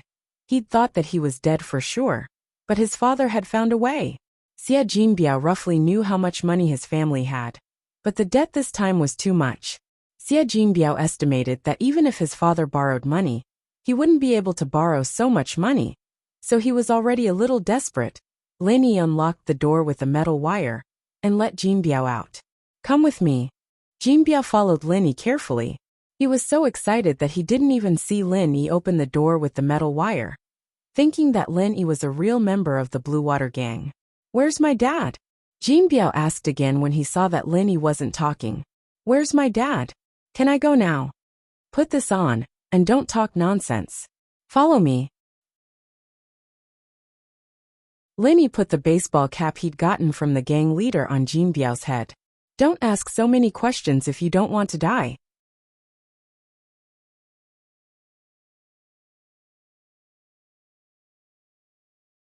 Chapter 328. Chapter 328. Her again. I'm the one who's bringing you back. Lenny knew that if he didn't explain himself, the kid wouldn't follow him. Your old man doesn't have that much money, so stop asking questions if you don't want to die. Ah, you're my dad's man? Jinbiao blinked in surprise. Since when did my dad have such a powerful man? That's amazing. Lenny rolled his eyes. Why was this Jinbiao just as stupid as his old man? He snorted. I wouldn't even take your old man in as my man. Ah, Jean Biao finally realized that this person wasn't his father's man, but an expert that his father had hired to save him. Jean Biao's attitude turned respectful. I'll listen to you, big brother. Linny was amused. This kid was a typical rich second generation. He was so cocky when he thought he was his father's man, but now that he knew he wasn't, he was trying to suck up to him. But Linny couldn't be bothered with him. Bringing him back to the country was the same as completing his mission, and getting his father's shares in exchange would be considered a success. It was a simple mission, not challenging at all. Linny shook his head and walked with Jean Biao to the door of the repair factory. But they hadn't gone far when they heard a commotion. Catch him! Don't let him get away! Kill him! Bang! Bang! A few gunshots rang out, followed by the screams of a man and a woman. It was obvious that both sides were injured. Linny frowned. Did someone else invade this place besides him? The thief must have left long ago, so it couldn't be the thief they were trying to catch. And the thief couldn't have a gun on him. It was quite a busy night for 3 groups of people to come to this small repair factory. Ah, big brother, what do we do? Did they find us? What should we do? They all have guns. Xie Jinbiao also heard the shout, and was so scared that he almost fell to the ground. Shut up. They didn't find us, but someone else. Linny glared at the fool and said unhappily, just follow me. Don't talk too much and don't look around. Oh, I know. Xie Jinbiao hurriedly nodded and said, Big brother, will you protect me? If you keep blabbering like this and expose yourself, I'll run away on my own. You can stay here and die. Linny snorted coldly and continued walking forward, ignoring Xie Jinbiao. Jinbiao still wanted to say something, but he was frightened by Lin Yi's cold words and didn't dare to speak. He carefully followed behind Lin Yi. The more chaotic it got, the better it was for Lin Yi. Everyone was focused on the intruder, and no one paid attention to Lin Yi and Xie Jinbiao, who were obviously Bluewater members. And so, Lin Yi calmly led Jinbiao towards the door. As expected, no one stopped them. Jinbiao's heart was in his throat. He wasn't as calm as Lin Yi, sweating profusely. These were real weapons, killing people without blinking an eye. How could he not be afraid? Lin Yi frowned abruptly. The sounds were getting nearer and nearer, and it seemed that the intruder was running towards them. Lin Yi was speechless. He turned to Jinbiao. Hurry, they're coming. Oh. Jinbiao nodded and quickened his pace with Lin Yi. Bang! A gunshot rang out, followed by a scream of pain. It was a woman's voice. The 2 brothers in front. Hurry up and stop that chick in front. A loud voice rang out from behind Lin Yi. Lin Yi had no choice but to stop his footsteps. If he didn't turn back now, the people behind him would probably open fire. If he was alone, he was confident that he'd be able to dodge the bullets behind him and escape. But there was a burden beside him. He could leave, but Jinbiao couldn't. Although Lin Yi had threatened him that he'd leave him behind, Lin Yi couldn't just leave him like that. Leaving him here would mean giving up on Guangbu's shares. Don't talk, follow me. Lin Yi told Jinbiao, before turning around to see a figure in black, lying not far from him. It was the intruder who'd been shot, but he didn't expect it to be a woman. Lin Yi pretended that he was going to capture the intruder as he walked to the side of the black figure. Hey brother, what do you think of this chick? The leader who chased after them called out to Lin Yi with a lewd look. Lin Yi squatted down, but he was stunned. He couldn't help but curse in his heart, because the girl on the ground was the cool chick he met during the day. Lin Yi didn't know what to say. This chick repeatedly appeared in front of him and brought trouble to him. She even bit the hand that fed her. To tell the truth, Lin Yi really wanted to leave her here. But she was an Asian after all, and it could be said that they were fated to meet twice in a blue city like this. It was quite a rare encounter. Lin Yi wasn't a person who liked to meddle in other people's business. In fact, Lin Yi was a person who didn't care if it was none of his business. But this chick was someone he knew, and they were from the same sect. If he ignored her and left her here, he was afraid that she would be in danger. Just looking at the gleaming eyes of the pursuers was enough to tell how dangerous this chick was. It's my bad luck to run into you. Lin Yi took a deep breath and snatched the gun from the chick's hand. He aimed at the leader of the pursuers and fired. The bullet went straight in between the eyebrows, and the leader fell to the ground without a doubt. Lenny tucked the chick under his armpit with one hand and grabbed Jinbiao by the collar with the other, running towards the factory. In actuality, Lenny was just playing with the timing, catching the Blue Water pursuers off guard and causing them to suffer a loss. Lenny had pretended to be a member of the Blue Water to help the pursuers stop the chick, so the pursuers naturally treated Lin Yi as one of their own. They were no longer nervous. To them, the chick's capture was a foregone conclusion. So when they saw Lin Yi crouch down, the pursuers naturally lowered their guns. There was no point in raising them. It was a subconscious action.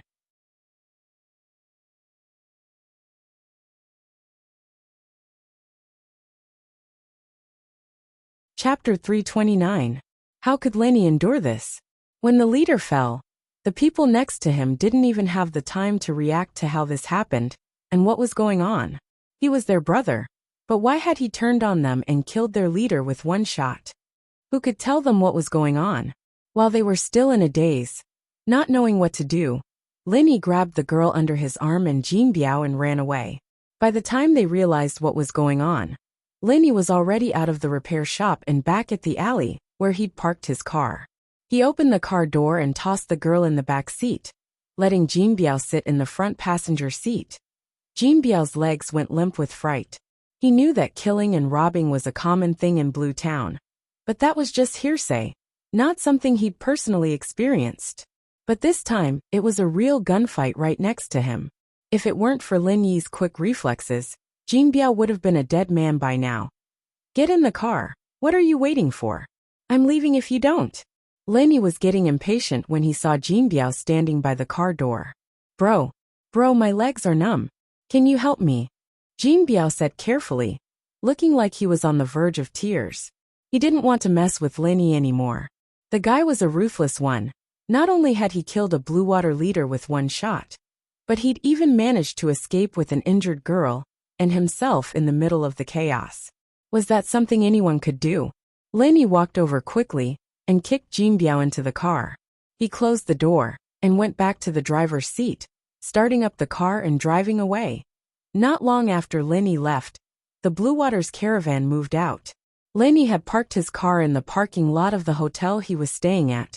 Young Chi-Chi had woken up by now. She'd been bleeding non-stop after getting shot in the shoulder, but she'd endured the pain and made her way to the door. Unfortunately for her, the bullet had hit her leg once more, and she'd fallen to the ground the moment she'd been shot. She'd lost a lot of blood before, and the fall had knocked her out. But young Chi-Chi's willpower was much stronger than a normal person's. She didn't pass out completely even after losing so much blood. In fact, she was already awake when Lin Yi picked her up. But her emotions were a little complicated. He had saved her once again. She owed him too much. Could he still kill him? And so Chi-Chi could only pretend that she wasn't awake. Take my room card and go upstairs. Don't let anyone see anything. Lin Yi handed the room card to Jinbiao. I don't care if you die if someone sees through you. Ha. Alright. Jinbiao didn't want to go upstairs himself, but he knew that there was no point in wasting his time. Lin Yi wouldn't care about him, and he didn't know what that female assassin had to do with Lin Yi. Since Lin Yi wasn't going to say anything, Jinbiao didn't dare pry. He took the room card and started walking towards the hotel, trembling. Wait, take off your hat. Lin Yi pointed at the blue baseball cap on Jinbiao's head. If he were to put on this hat now, he'd definitely attract the waitress's attention. If the Blue Water really did come here to search, the waitress's mouth might slip, and that'd be bad for them. Yes. Jinbiao quickly took his hat off, evidently thinking of that as well. He felt a wave of fear. It seemed that he wasn't as cautious as Lin Yi. Go up yourself, go in through the back door. Try not to let anyone see you. Lin Yi said faintly. The Blue Water wouldn't know that Jinbiao had been rescued at this point. All their attention was on the female assassin and the traitor, but it was better to be safe than sorry. I understand, I'll be careful. Jinbiao's legs had regained some feeling as well. It was still a little soft, but he didn't dare stay. He was afraid that Lenny would really abandon him if he didn't listen to him and leave him here to die. Lenny only turned around after Jinbiao entered the hotel. You're not dead, are you? Tell me where you're staying if you're not. Canhe Hotel. Chi-Chi's pale face squeezed out a hint of gratitude. Thank you. No need, just don't kill me next time. Lenny didn't care at all for the girl's gratitude. Can you turn on the reading light in the car? I want to take the bullet out first. Chi-Chi knew that she'd attract unwanted attention if she went back to the hotel like this. She wanted to take the bullet out first, stop the bleeding, and put on some clothes to cover her body. Wouldn't that attract unwanted attention? Lenny was starting to curse. Which master taught you? Why aren't you dead yet, being an assassin? Chi-Chi's face was a little red as she glared at Lin Yi. Don't talk about my master like that. This is only my second mission. My mom said that people grow up through failure. Second time. Lin Yi was speechless. So that was your first time in Songshan? Yeah. Chi-Chi humphed softly and nodded. How am I supposed to endure this? Lin Yi was going crazy. I finally know why you're still alive. It's because you met me twice, or you'd be dead already. He had only carried out 2 missions in total, and was injured twice. Was there such a stupid assassin? Was there? Lin Yi was speechless. This girl was too strong. She looked cool, but she was a weakling. It's not that bad, just a little unlucky. Chi-Chi lowered her head, embarrassed. I think I'm even more unlucky than you are. Lin Yi smiled bitterly. I really don't know who let you out on a mission. Your social experience is basically 0. Everyone has a time when they're young. How can they be strong without experience? Chi-Chi retorted coolly. Alright, I'm unlucky. Where did the bullet hit you? I'll get it for you. Lin Yi didn't dare turn on the reading light. That would attract curious people. Right shoulder and left calf. Chi-Chi whispered.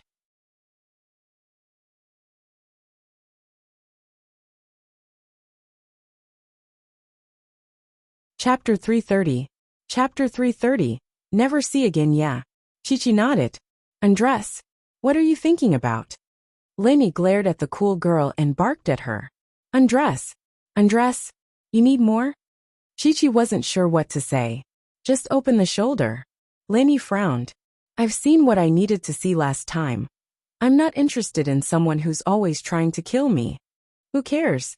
A trace of annoyance appeared on Chi-Chi's cool face, but she still pulled her collar down, revealing her snow-white shoulder. There was a bloody hole on her shoulder, especially eye-catching. It was the mark of a bullet. Cut the crap. Lin Yi looked at the girl's shoulder and used his dagger to make a light cut. With a flick, a bullet flew out and landed on the car seat. Lin Yi took out some herbs he made from his pocket and sprinkled it on the girl's wound. Don't wear your clothes, it'll be fine in a bit. Oh, her wound had miraculously healed under Lin Yi's care, and new flesh had grown out that very night. Chi-Chi trusted Lin Yi's skills very much. Most importantly, it didn't leave any scars. Chi-Chi thought that it was quite miraculous. She was an assassin, and getting injured was a common occurrence. But she was still a girl. She cared about the scars on her skin, and Lin Yi's herbs seemed to be able to remove any scars. He'd prepared this for himself. He'd always bring some with him whenever he went on a mission, but this mission wasn't dangerous at all. He'd thought that he wouldn't need it, but it turned out that he'd be using it on this cool girl. After dealing with the wound on the girl's shoulder, Lin Yi turned to the girl's calves. Chi-Chi had rolled up her pants a long time ago. Lin Yi slashed and flicked, and the bullet flew out. He quickly sprinkled some herbs on it, and the bleeding stopped. Alright, don't do dangerous things like this again. You're not suited to be an assassin. You're really cool, and you look like a little assassin, but assassins aren't always cool just like me. Lin Yi said seriously to the girl. You. Chi-Chi's eyes went wide. Weren't assassins supposed to be cool? Her mother was always cool at home, cold, and only smiling when she saw her father. Alright, I'll send you back. Canhe Hotel, right? Lead the way. Lin Yi didn't give Chi-Chi a chance to say anything as he turned to the driver and started the car. Go straight, then turn right. Chi-Chi could only give Lin Yi directions, a troubled look on her face. Was she really not suited to be an assassin? This big liar must be talking nonsense. Yes, he must be afraid that she'd get stronger and come back to kill him. That had to be it. Lenny, huh? Just you wait, I'll surpass you sooner or later. You do remember the way. You're qualified to be an assassin. It was rare for Lenny to praise the girl, and Chi-Chi was just about to cheer when Lenny said, "But you're more suited to be a tour guide or a taxi driver." You. Chi-Chi was getting pissed off. Wasn't this guy just saying that she wasn't qualified to be an assassin? Had he never failed a mission before? Hey, what are you doing there tonight? Don't tell me you've never failed a mission before? Chi-Chi asked, unsatisfied. I'm going to bring someone out. You've seen him already. Lenny didn't hide anything. As for failure, I'm sorry, but I really want to taste it. Bullshit. Chi-Chi's face flashed with suspicion. Hey, that herb of yours is pretty good. Can you give me some? Are you the one who's trying to kill me today? Lenny looked at the girl amused and teased her. Then I'll buy it with money, alright? How much is it? I'll give you the money. Chi-Chi was getting a little embarrassed by Lin Yi's question. I made it myself, it's priceless. Lenny looked at the girl. But, since you have the ring on your finger, I'll give you the remaining half. Lenny tossed the half bottle of herbs to the cool girl. Thank you. Chi-Chi was pleased. Lenny was right. This was a priceless treasure. Don't think you can get hurt just because you have this potion. You should just stay at home. Being an assassin doesn't suit you. He got out of the car and bought a set of casual clothes from a convenience store next to the hotel, handing it to the cool girl when he got back. Chi-Chi wanted to retaliate at Lin Yi's insults, but Lenny had gotten out of the car. She didn't know what Lenny was up to, but Lenny was already back. Put it on and go up yourself, Lenny said. Chi-Chi wanted to argue with Lenny, but seeing how thoughtful Lenny was, even buying clothes for her, Chi-Chi felt touched. She couldn't speak anymore. I'm going by. Chi-Chi got out of the car, feeling that the wound on her leg wasn't hurting anymore. It seemed that Lin Yi's herbs were really effective. It'd be best if we don't see each other again. I won't save you if you die next time, so troublesome. Lin Yi waved his hand helplessly and drove off. Chi-Chi stomped her foot on the ground, pissed off. But stomping her foot pulled at her wound, almost causing her to cry out in pain. She didn't dare stomp her foot again, and carefully made her way back to the hotel. What? Chi-Chi was puzzled. Where was Grandpa Mubei? Didn't he say he was waiting for her in front of the Bluewater HQ? How come she didn't see him when she came out? Plus, why didn't Grandpa Mubei stop her when Lenny brought her into the car? In actuality, Chi-Chi really did accuse Tombstone wrongly. Tombstone had been waiting at the factory's entrance the whole time, and was about to charge in when he saw that something was wrong when Lenny grabbed Chi-Chi and ran out first. After making sure that it was Lenny who brought the miss away, Mubei returned to the hotel with peace of mind. After all, Lenny was the pride and joy of the organization's leader. With him there, Mubei had nothing to worry about.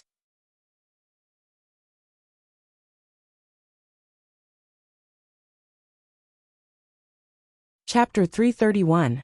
A calm response. Lin Yi only remembered that he'd given his room card to Jinbiao when he got back to his room. So he knocked on the door. But there was no response from the room, not even the slightest movement. Lin Yi frowned. Xie Jinbiao wasn't back yet? Or was he taken away? Jinbiao, Lin Yi called out. Bro. This time, there was some movement in the room. Then the door opened, revealing Xie Jinbiao's pale and thin face. The lights in the room weren't even turned on. It was completely dark. Why didn't you turn on the lights? Lin Yi walked in and closed the door behind him. I didn't dare. Someone knocked on the door.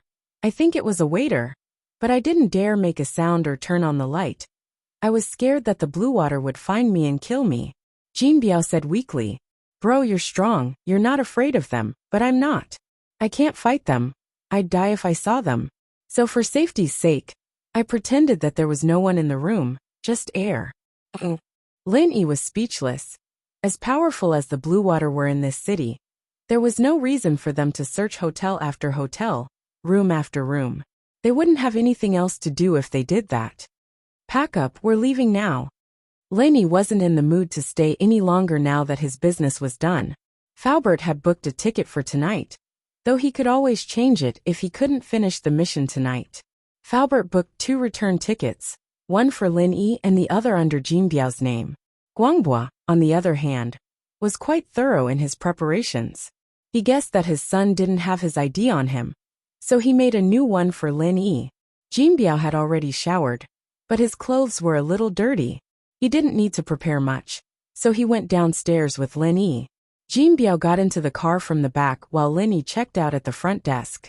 A couple of Blue Water members barged into the lobby, just as they were checking out, barking at the front desk. Have you seen 2 Blue Water members with an injured woman in black? No. The waiter was shocked and quickly replied. Lin Yi wasn't afraid of them, however. Lin Yi's hat was pulled down really low back at the repair shop, so they couldn't have seen his face at all. They probably didn't even notice that the girl was an Asian, let alone himself. Lin Yi acted a little scared as he turned to the waiter. Give me the deposit first. I'm leaving. The waitress returned the deposit and ID to Lin Yi, who took them and ran off without a backward glance. The Blue Water members who'd rushed in looked at Lin Yi with disdain. Coward. The other Blue Water members laughed as well. Let's go. Let's go check out the next hotel. Fuck. I don't know who sent an assassin to kill the leader of Charlton, but we're the second leader's men. It's better if he's dead. We can't rest for the next few nights though. We still have to find the killer. The waiter watched in horror as the Blue Water members left before letting out a sigh of relief. Lin Yi, on the other hand, had long since arrived at the parking lot. He got into his car and headed for the airport. Of the 2 blue caps in the car, one was thrown away, while the other was put on Lin Yi's head. Bro. Why are you still wearing that hat? Jin Biao jumped in fright. The Blue Water members were looking for him and Lin Yi. Wasn't that unnecessary? Shut up. Lin Yi glared at Jin Biao. Sit still if you don't want to die. Jin Biao didn't dare say anything else, but he was still a little puzzled. His bro wasn't a reckless person, so why was he doing this? The car drove towards the exit of the city, but at the exit, someone had set up a roadblock to stop all the cars leaving the city. Only a small number of cars were allowed to pass, while the rest were all parked there. Some were anxiously waiting for something, while others turned around and went back. Lin Yi didn't park his car on the side of the road like the rest, driving straight towards the roadblock. Bro, you're going to charge through the roadblock? There's so many of them, don't do anything stupid. Jin Biao was starting to get a little scared. Lin Yi turned to glare at him coldly, and Jin Biao quickly shut his mouth. Lin Yi hadn't let him speak, but now he'd spoken up. He shouldn't have doubted his bro's abilities. He definitely had a way. Jin Biao comforted himself. Stop the car. Lin Yi's car was about to reach the roadblock when the Blue Water members flashed their flashlights at him, gesturing for him to stop. Lin Yi stopped the car, and the Blue Water members surrounded him. Get out. What are you doing? Don't you know the Blue Water is on lockdown? You're from the Blue Water? Raise your head. How come I don't recognize you? Bro, I'd like to ask what's going on up ahead. Why is the road on lockdown? Lin Yi asked carefully. Why are you asking so many questions? I'm asking you, what do you do? And where did you get that hat?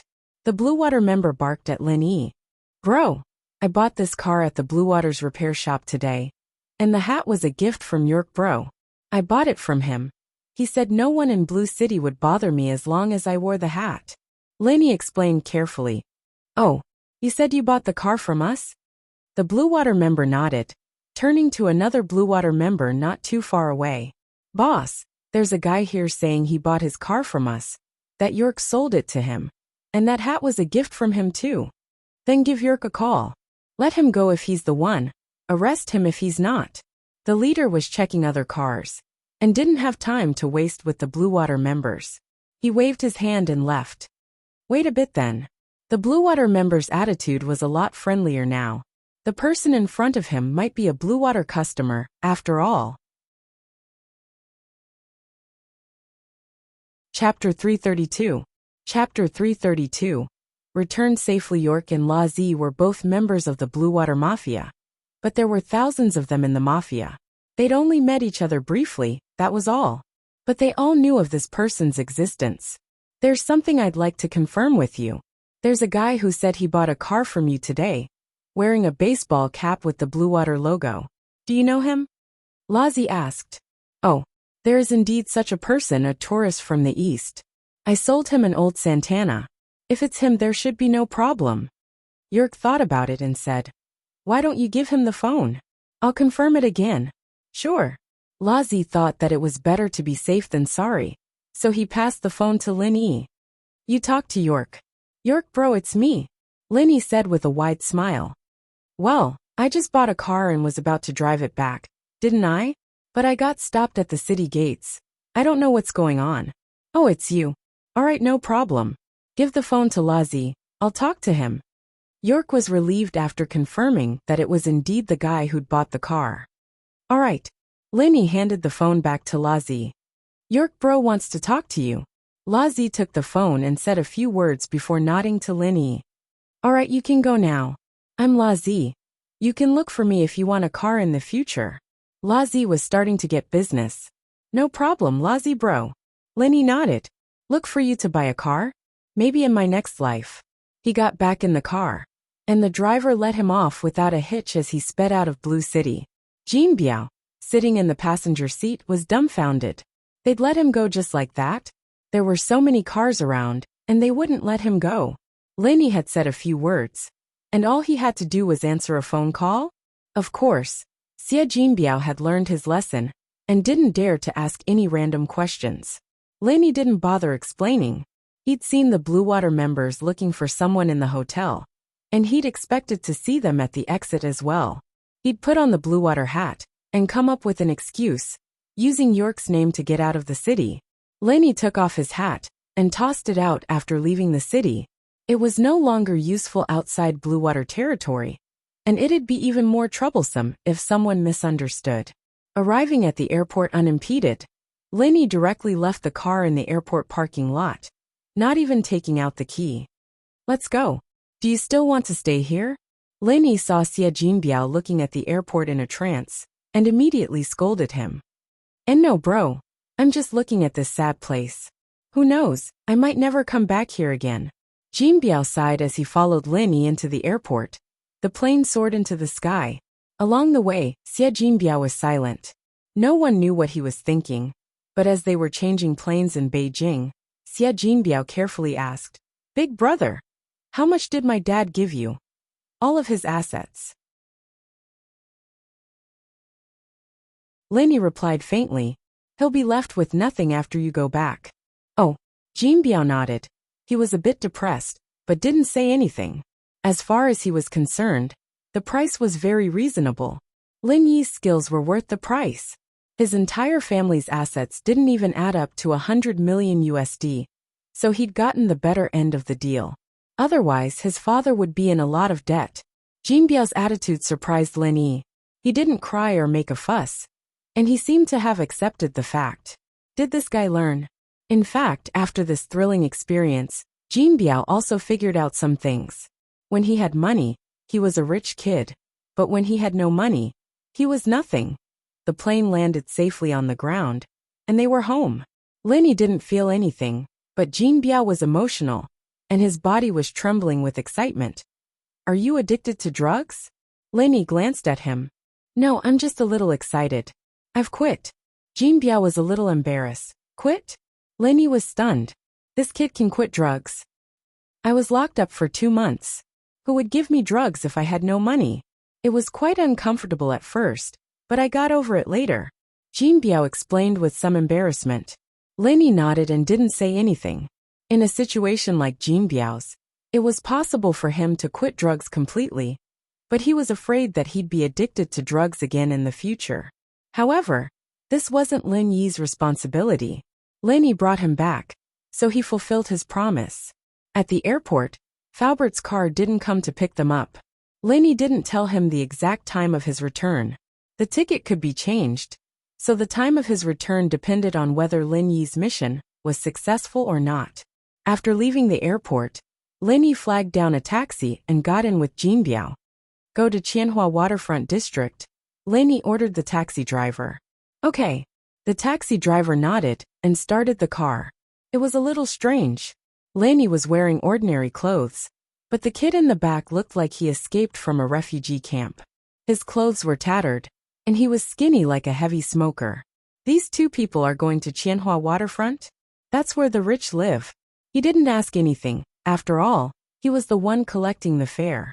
Who cared what they were doing there? Jin Biao hadn't been back in China for a few years. His eyes were filled with excitement as he looked at the streets of Songshan. He was even more excited now that he was almost home. Lin Yi paid the fare and got off the car with Jin Biao, walking towards Area F. Guangbo hadn't been to the company for the past 2 days. He'd said that he had a bad cold and was resting at home. This made Gubang, who'd been ready to make things difficult for Pengzhan, very troubled. Why did Xia Guangbo fall sick at this critical moment when the board meeting was about to be held?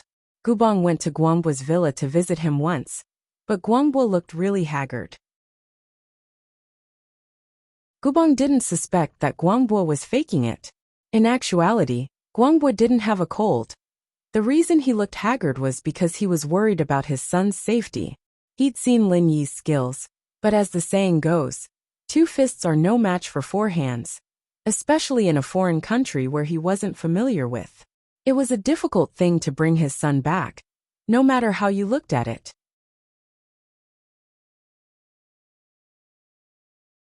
Chapter 333. Chapter 333, Don't mess with him, ding dong. The doorbell rang, and Guangbo frowned tiredly. Could it be that Jin Gubang couldn't wait any longer, and was here again? He'd just been here yesterday. Guangbo didn't want to see Gubang, but he still ordered the housekeeper to open the door for him. She blinked as the door opened, staring at the person in disbelief. Why, you're the young master? Wang Ma stared at the skinny Jin Biao, too shocked to speak. Wasn't this a little too frightening? Wang Ma. It's me. Jin Biao was quite emotional as well. Wang Ma had been very young when he'd left, but her hair had turned white in the blink of an eye. Guangbo had been pretending to be sick on the sofa, thinking that it was Jin Gubang. He jumped up when he heard his son's voice. Son, you're back? Dad. Jin Biao was quite emotional as well. He'd been living a carefree life abroad, but it was only now that he was home that he truly felt the best. All right, you two can catch up later. Where's my shares? Lin Yi would be lying if he said he wasn't touched by the father-son relationship, but Lin Yi didn't feel any pity for them. Jin Biao had been a complete black sheep of the family. It was the father's fault for not teaching his son properly. Guangbo had been so busy making money that he hadn't had the time to discipline his son. He'd thought that he'd be able to save up a fortune for his son, but in the end, it was all for naught. Guangbo was quite happy that his son was back, but hesitated when he remembered that he'd given all his shares to Lin Yi. He'd be left with nothing after that. It didn't matter if he didn't have any money, but would his son be able to live a poor life? He'd given all his money and shares to Lin Yi because he'd been worried about his son's safety. But now that his son was back, he couldn't help but worry. Many people were like that. Once they had something, they'd want to have it again. They'd always be greedy and unwilling. He really didn't want to give his shares to Lin Yi right now. Mr. Lin, what do you think about this? I'll transfer half of my shares to you unconditionally, and leave the other half to Jin Biao. I promise he won't support Jin Gubang. Guangbo said after some hesitation. Lin Yi frowned. This guy had learned to go back on his word. It was good enough that he didn't ask for all of his assets, but he still wanted to play this game with him? Just as Lin Yi was about to curse, Xia Jinbiao spoke first. Dad, don't talk nonsense. You should give this big brother what you deserve. Don't mess with him. I don't want to die. Jinbiao almost fell to the ground when he heard his father's words. Lin Yi's display of power in the Bluewater HQ was still fresh in his mind. Jinbiao was afraid that Lin Yi would kill him if he wasn't happy. Jinbiao. You. Guangbo was stunned. He had risked his life to keep some shares, but wasn't it for his son? But why didn't her son want it? Dad, just give it to this big brother. It's good enough that I came back alive. Jinbiao had been through life and death, and he'd truly experienced the terror of death. He didn't want to be targeted by someone even scarier than Lin Yi anymore. All right, I don't need those shares if you don't want them. Guangbo nodded and raised his head to look at Lin Yi. I'm sorry, I was being greedy.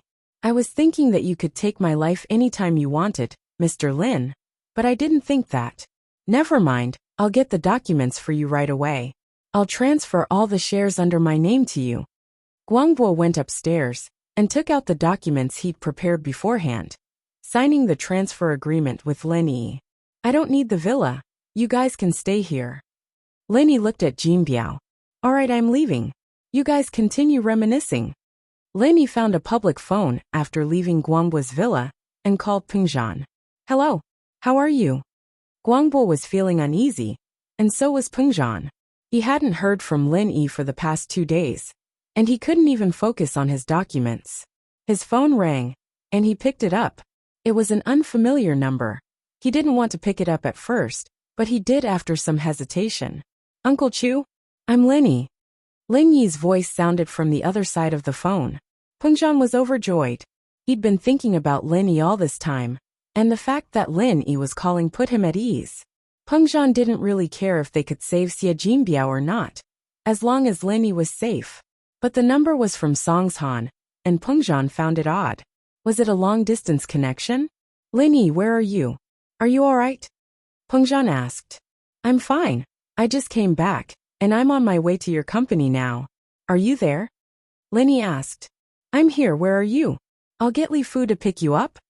Pengzhan said, relieved that Lin Yi was already back in Songshan. It's fine, I'll take a taxi. Lin Yi said. All right, I'll wait for you in my office. Pengzhan didn't insist after listening to Lin Yi. After all, Lin Yi was already back in Songshan, and there was no danger. Lin Yi flagged down a taxi and headed straight to Pengzhan Industries. There wasn't any traffic during the day, and it took less than 10 minutes for Lin Yi to arrive at the gates of Pengzhan Industries. Lin Yi had come to Pengzhan Industries a couple of times already, and the security guard at the gates had quite an impression of Lin Yi after what happened last time. He welcomed Lin Yi with a smile. Lin Yi nodded and went straight to Pengzhan's office. He knocked on the door, and Faubert was standing inside. Mr. Lin, you're here. Mr. Chu is waiting for you inside. Faubert was a little surprised to see Lin Yi. Pengzhan had told him that Lin Yi was back, but Faubert still couldn't believe it. It hadn't even been 2 days, and Lin Yi had already brought Xie Jinbiao back? But where was Xie Jinbiao? Had he failed the mission? But Faubert didn't ask too much since Pengzhan was there. Pengzhan would find out everything in detail. Pengzhan stood up to greet Lin Yi personally, showing how much he valued Lin Yi. I was worried before, but it looks like you're fine. That's great. Uncle Chu, didn't I say it before? It's just a small matter. Lin Yi shrugged with a smile. Chapter 334. New shareholder. I brought him back, but I've already sent him home. Lin Yi said. That kid is as timid as a mouse and as thin as a stick. Return him to his father as soon as possible. Don't let him die on the road. Oh? Pengzhan was overjoyed after hearing Lin Yi's words. You've sent him home already? That's great. I didn't expect it. Lil Yi, you're my lucky star. Ever since you came, all the troubles on my side have been easily resolved. Uncle Chu, don't let your guard down. Jean Gubong's just a clown at the front desk. The people behind him are the key. Lin Yi reminded. Sihua's just a spokesperson. I know, but they have been plotting against my Pengzhan Industries for a long time. If there wasn't a mole working with them, they wouldn't have succeeded. I almost got tricked by that old geezer Jean Gubong this time. I'll teach him a lesson. Pengzhan nodded, smiling coldly. Naturally, he knew that a tall tree would attract the wind, but if all the shareholders were to stick together, there wouldn't be a chance for outsiders to take advantage of them. Since Uncle Chu knows, I won't say any more. Lin Yi wasn't interested in the company at all. You're too kind, Uncle Chu. I think we shouldn't let Gubong stay in the company after this is over. Make him give up his shares and get the hell out of here. This time, I won't let a tiger grow in my bosom again. Pengzhan sighed. I used to close one eye because of my parents, but now the company has reached a point where it has to be reorganized. Don't worry, Uncle Chu won't cause you any more trouble. Pengzhan sighed. It's not really trouble. My old man told me to come here to listen to my employer's orders. Lin Yi said with a smile, embarrassed. He'd put a lot of effort into this mission, and he was looking forward to retiring in one go. By the way, what did Guangbo say? He won't be supporting Jin Gubang anymore, will he? Peng Zhan asked the question he was most concerned about after the small talk. Of course not. You've given me all the shares, Lin Yi said as he handed Guangbo's shares over to Peng Zhan. This is the contract I signed with him. We just need to sign a new one, and it'll be under your name. Peng Zhan was taken aback. He didn't think that Lin Yi would be able to get his hands on Guangbo's shares. He had heard Lin Yi mention this before, but he didn't take it seriously. Although Xie Guangbo had no desires, the only thing he couldn't let go of was his son. How could he give away all the shares in his hands? As far as Peng Zhan was concerned, Guangbo would rather die than leave something for his son. He really gave you the shares? Peng Zhan was pleasantly surprised. His original plan was for Guangbo to team up with him against Jin Gubang. But Lin Yi had surprised him even more. He wasn't worried that Guangbo would betray him this time, because he had nothing to do with the company anymore. But the shares will be under your name.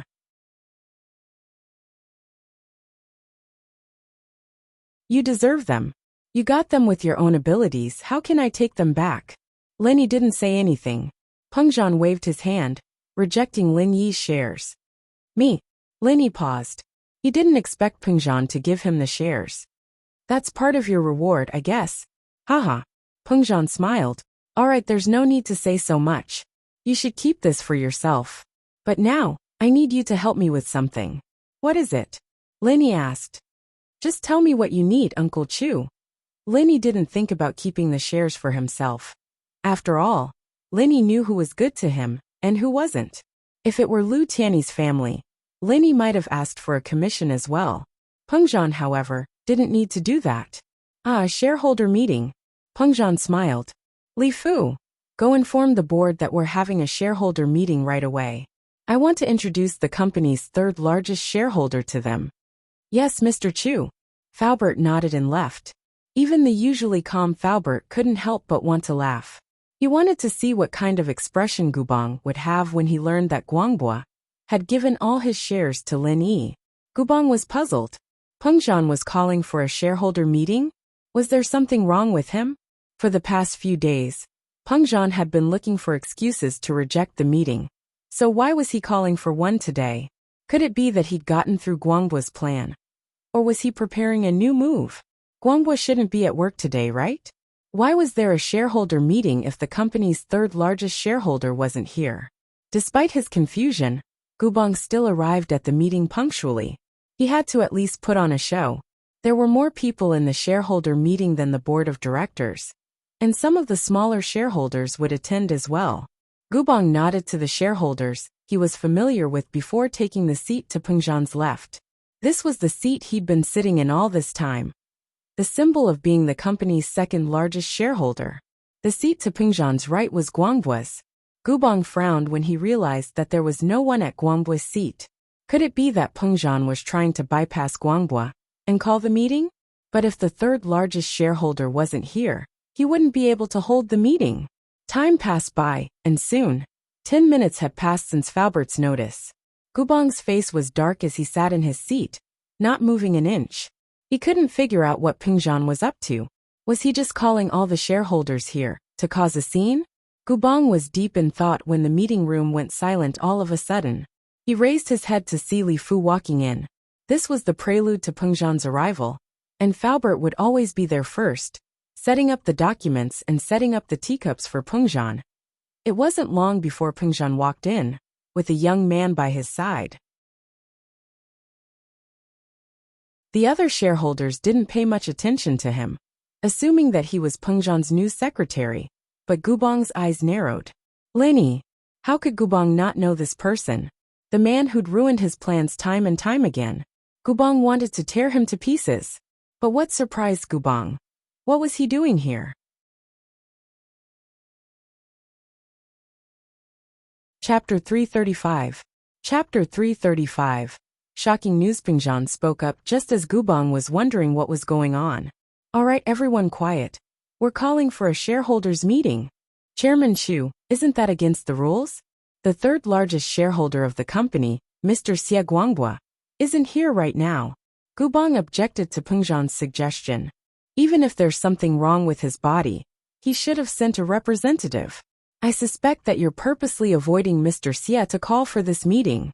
Gubong's words were a little impatient, but since he'd decided to go all out with Pengzhan, there was no need for him to hold back anymore. Impatience was better than Pengzhan coming up with some dirty tricks. Haha, calm down, Vice Chairman Jin. The reason I'm calling for this meeting is to talk about Mr. Xie Guangbua.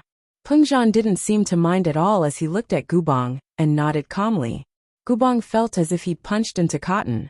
He'd thought that Pengzhan would try his best to avoid his question, and that he'd be able to find a way to use the fact that Guangbua wasn't at the meeting to stop Pengzhan from calling for the meeting.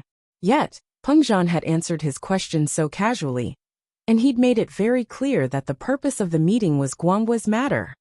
Alright, I'd like to hear the details. Gubong could only keep his anger bottled up in his belly, unable to vent it out. He shut his mouth after that. But he'd like to see what Pengzhan could come up with. Could Pengzhan be saying that Guangbua had given Pengzhan full authority to represent him? That didn't seem possible, and Pengzhan wouldn't come up with something so childish. Mr. Lin Yi, please take a seat. Pengzhan wouldn't call Lin Yi in a formal setting, especially during a shareholders' meeting. He'd have to call Lin Yi by his full name. Since Lin Yi was a shareholder of the company now, in private, it was fine to call him whatever he wanted, but in front of others, he couldn't let Lin Yi appear here as a junior. Pengzhan gestured for Lin Yi to sit down, pointing at Guangbua's usual spot. Lin Yi nodded, and was about to sit down when Gubong stopped him. Wait, kid, don't sit down yet. Gubong objected immediately when he saw that Lin Yi was going to take Guangbua's seat. Chairman Chu, what do you mean by this? Are you saying that this kid can represent Director Xie? But I remember that he is your daughter's bodyguard, right? Gubong's words made the other board members look at Lin Yi, unsure if Gubong was telling the truth. Bodyguard? Pengzhan chuckled. Lin Yi is indeed a good friend of my daughter Ming Yao, but it's not wrong to say that he's her bodyguard. Flower protector. Pengzhan's explanation made the board members understand what he meant. Pengzhan was saying that Lin Yi was his daughter's boyfriend. It wouldn't be wrong to say that he was a bodyguard. A flower protector was a bodyguard. Flower protector? Gubong humphed coldly. Bodyguard or flower protector, I don't care what he does. I'd like to ask Chairman Chu, why is he here at the shareholders' meeting? And why is he sitting in Director Xie's seat? Are you trying to tell me that this is Director Xie's idea? Or is someone trying to use his position for personal gain? Are you retarded? I think you've eaten too many retarded pills, just like that idiot Guangbua. Lin Yi didn't wait for Pengzhan to speak. You're asking me why I'm sitting here? I'd like to ask you why you're sitting here. Who the hell are you? Director Xie's idea? Does that idiot Guangbua have the right to send me here? Who the hell is he? He's just a little bit stronger than you. I'm a shareholder of the company, one of the 3 biggest shareholders. Why can't I sit here? Gubong was pissed off by Lin Yi's words. Since when was he ever called an idiot? Lin Yi, on the other hand, was insulting him in front of so many people. Gubong was starting to get pissed off. Chairman Chu, I'd like to ask, someone like this is allowed to attend the shareholders' meeting? What right does he have to do that? And he dares to insult the shareholders. Security, where are the security guards? Kick him out. The other shareholders were looking at Lin Yi confused. Even if he was Pengzhan's son-in-law, he couldn't be this arrogant, could he? Gubong was the second biggest shareholder, second only to Pengzhan. Only Pengzhan and Guangbua had the guts to go against him like this. The other smaller shareholders didn't even have the right to do so. But you're only Pengzhan's son-in-law, not Pengzhan. Isn't it a bit too much to insult a shareholder like this? If you dare insult the second biggest shareholder of the company, then wouldn't we, the smaller shareholders, be at your mercy? Pengzhan spoke up just as everyone was looking at Lin Yi with disdain. Vice Chairman Jin, Mr. Lin Yi is now the new shareholder of the company, the biggest shareholder other than you and me. Pengzhan's words caused an uproar in the room. Everyone looked at Lin Yi in disbelief. Wasn't the third biggest shareholder Xie Guangbua? How did it become Lin Yi? Gubong paused as he looked at Pengzhan in disbelief before turning to Lin Yi. How is this possible? This is impossible. Pengzhan, what are you trying to do? Gubong was going crazy at this point. He didn't believe Pengzhan's words at all. It was simply too ridiculous. The third biggest shareholder of the company was Xie Guangbua. How could it be Lin Yi? I don't have time for your bullshit. Here's the transfer document, take a look. Lin Yi tossed out a document casually. It was the transfer agreement signed by Guangbua. Gubong grabbed the document and started reading it, glaring at Pengzhan savagely after he was done. Impossible. I don't believe it. You guys made this up. Why would Xie Guangbua give his shares to you? And for free at that? Is he retarded? Gubong used the word retarded in a fit of rage. You'll know if I'm retarded or not with a phone call. Lin Yi curled his lips as he looked at Gubong, as if he was an idiot.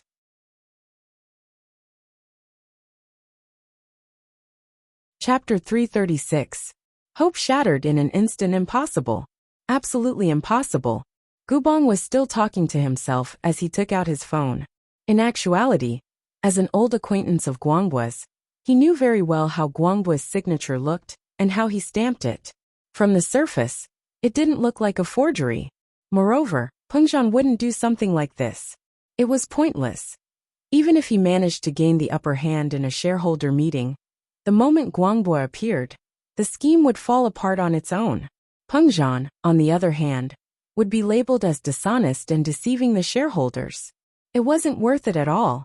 As far as Gubong was concerned, however, Guangbua giving his shares to Lin Yi for free was even more impossible. Was Guangbua an idiot? His son was still in the hands of a foreign mafia, and his son owed a huge amount of money to the loan sharks. He'd be dead if he didn't pay it back. Guangbua's only option was to keep his shares in order to cooperate with Gubong, and that was his only way out. Giving his shares to Lin Yi at a time like this wouldn't help him in any way. He dialed Guangbua's phone, only to find it turned off. Gubong didn't mind, however, since Guangbua's phone had been turned off for the past 2 days. Gubong dialed the landline in Guangbua's villa once more. Someone picked up after a while, but it wasn't Guangbua. It was an unfamiliar man's voice. Hello, who are you looking for? I'm looking for Mr. Guangbua. May I know if he's here? Gubong asked. Oh, you're looking for my dad. Hold on, I'll go get him. It was Jinbiao who picked up the phone. Guangbua was very happy today. His son was home, and he was preparing to cook his son's favorite dishes. In actuality, while Guangbua had given all his shares to Lin Yi, he still had some real estate left. There were more than 10 houses in Songshan, along with some antiques and jewelry. He'd be able to sell them all for tens of millions of yuan, and it was more than enough to start a small business. Giving his shares to Lin Yi made him feel more relaxed. His days of starting a business with his son were the happiest days of his life. Wait, Guangbua is your dad? You. Who are you? Gubong's face was filled with shock. I am his son Xie Jinbiao. What's wrong? Who are you? Xie Jinbiao thought to himself, is this person an idiot? If I call him dad, who do you think I am? You. Weren't you captured by a foreign gang? Why are you home? Gubong asked in disbelief. Who are you? How did you know I was captured? Jinbiao frowned. Did you call to make trouble? No. I'm your dad's colleague. Gubong said, feeling that something was amiss. Why were there so many weird things happening today? Xie Guangbua's son had returned safely, but Xie Guangbua's shares had fallen into the hands of Lin Yi. My dad is here, you talk to him. Hearing that he was his father's colleague, Xie Jinbiao resisted the urge to scold him. Why was this guy so rude? Now that he was captured, he couldn't come back? After a while, Xie Guangbua's voice came through the phone. Hello, I'm Xie Guangbua. Old Xie, I'm old Jean. Gubong forced a smile. Was that your son? He's back. He's back. What's up? Guangbua's warm voice was no longer there, replaced by a cold, perfunctory tone. If there's nothing else, I'm hanging up. I'm cooking for my son. Wait, Pengzhan's having a shareholder meeting. Do you know about this? Gubong wasn't about to let Guangbua hang up. He quickly asked. What does this have to do with me? I've already given my shares to someone else. Guangbua said impatiently. All right, I'm hanging up if there's nothing else. Bye. Beep beep beep. Gubong's phone rang a couple of times before the screen said, call ended. Gubong was dumbfounded, completely dumbfounded. He breathed heavily, not knowing what to do. He'd thought that he was going to become the chairman a few minutes ago. But this phone call was like a bolt from the blue, that struck him like a bolt of lightning. It was over, it was all over. Gubong knew that he had no chance of becoming the chairman now. What a joke. The first and third shareholders of the company were family now. What the hell was he supposed to do? I'm afraid that those small shareholders who previously sided with me will no longer side with me if they see this situation now. It was obvious that Peng Zhan and Lin Yi's side would be the strongest in the shareholder meetings in the future. There was no way he could win against them. His hope was shattered in an instant. Gubong didn't want to know how Lin Yi had gotten Guangbu's shares anymore. It was pointless. The only thing he could do now was think of a way to protect himself. Gubong was certain that Peng Zhan wouldn't go easy on him next. So whether or not he could become the chairman was secondary. Whether or not he could stay in the company was another matter altogether. Gubong. Gubong smashed the phone in his hand onto the ground, shattering it into pieces. Gubong smashed his phone on the floor and stood up, walking out of the meeting room without a backward glance. His face was dark and gloomy. Peng Zhan didn't mind it at all. It was normal for Gubong to react like this. Peng Zhan didn't mind at all. In fact, it was quite satisfying. Peng Zhan had wanted to smash his phone when Gubong and Guangbu were singing the same tune. The purpose of this meeting is to introduce our new shareholder, Mr. Lin Yi. Peng Zhan smiled as he introduced Lin Yi to the other shareholders. The meeting room was filled with a round of applause. They weren't idiots. This person was the third largest shareholder of the company, and he had an intimate relationship with Peng Zhan's daughter. They wouldn't dare offend someone like that. Besides, no one doubted that Lin Yi was using Gubong's name to intimidate others. After all, Lin Yi had the right to be arrogant. He was the third largest shareholder of the company. Please take care of me. Lin Yi stood up and nodded to everyone. Next, I would like to propose that Lin Yi be a member of the company's board of directors. Please vote. Peng Zhan suggested. With Gubong gone, who would want to offend Peng Zhan for him? And so, without a doubt, Lin Yi became the new director of the company. Gubong's vote didn't matter anymore.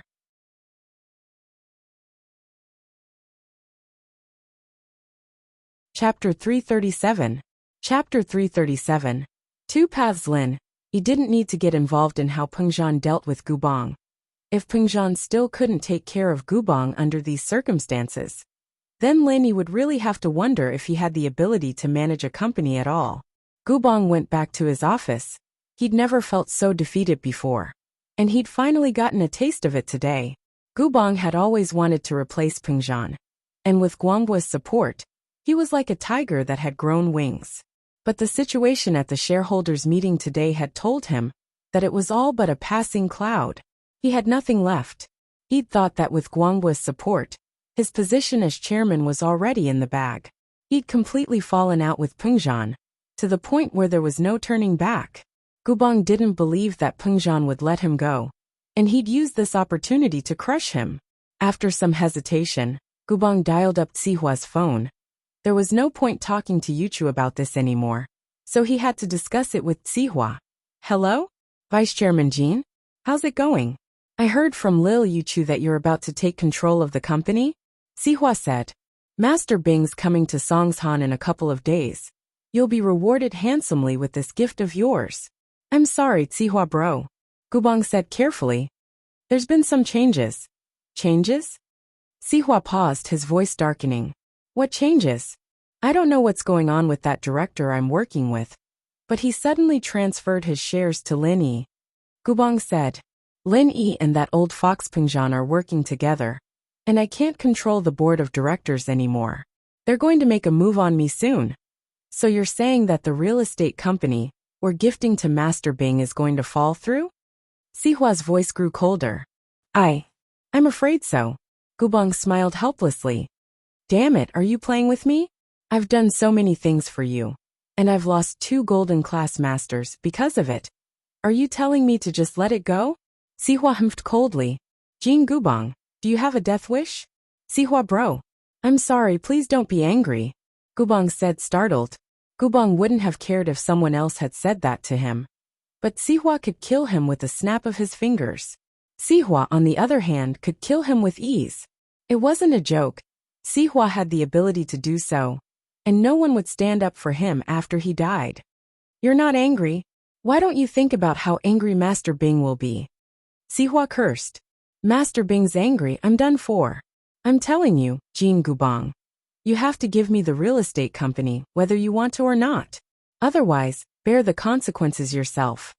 Sihua bro. Unfortunately, Sihua hung up with a bang before Gubang could finish. Gubang pushed the phone off his desk, sending it crashing to the floor.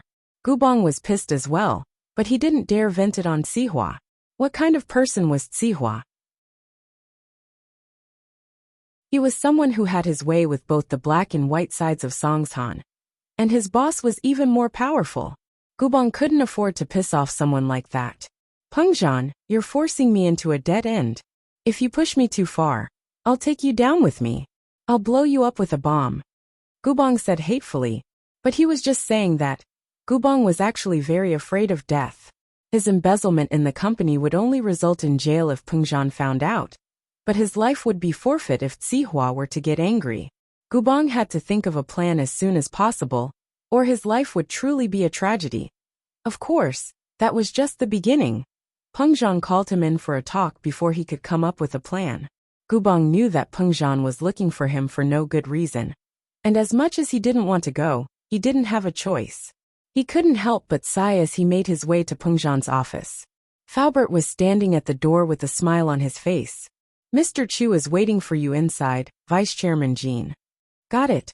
Gubang waved his hand weakly as he walked into Pengzhan's office. He'd wanted to use Sihua's help to turn things around. But now it seemed that Sihua wasn't killing him at all. Help. Dream on. Vice Chairman Jean, please have a seat. Pengzhan pointed at the sofa beside the desk. Gubang looked as if he'd aged 10 years all of a sudden. He looked at Pengzhan with a tired expression before plopping down on the sofa.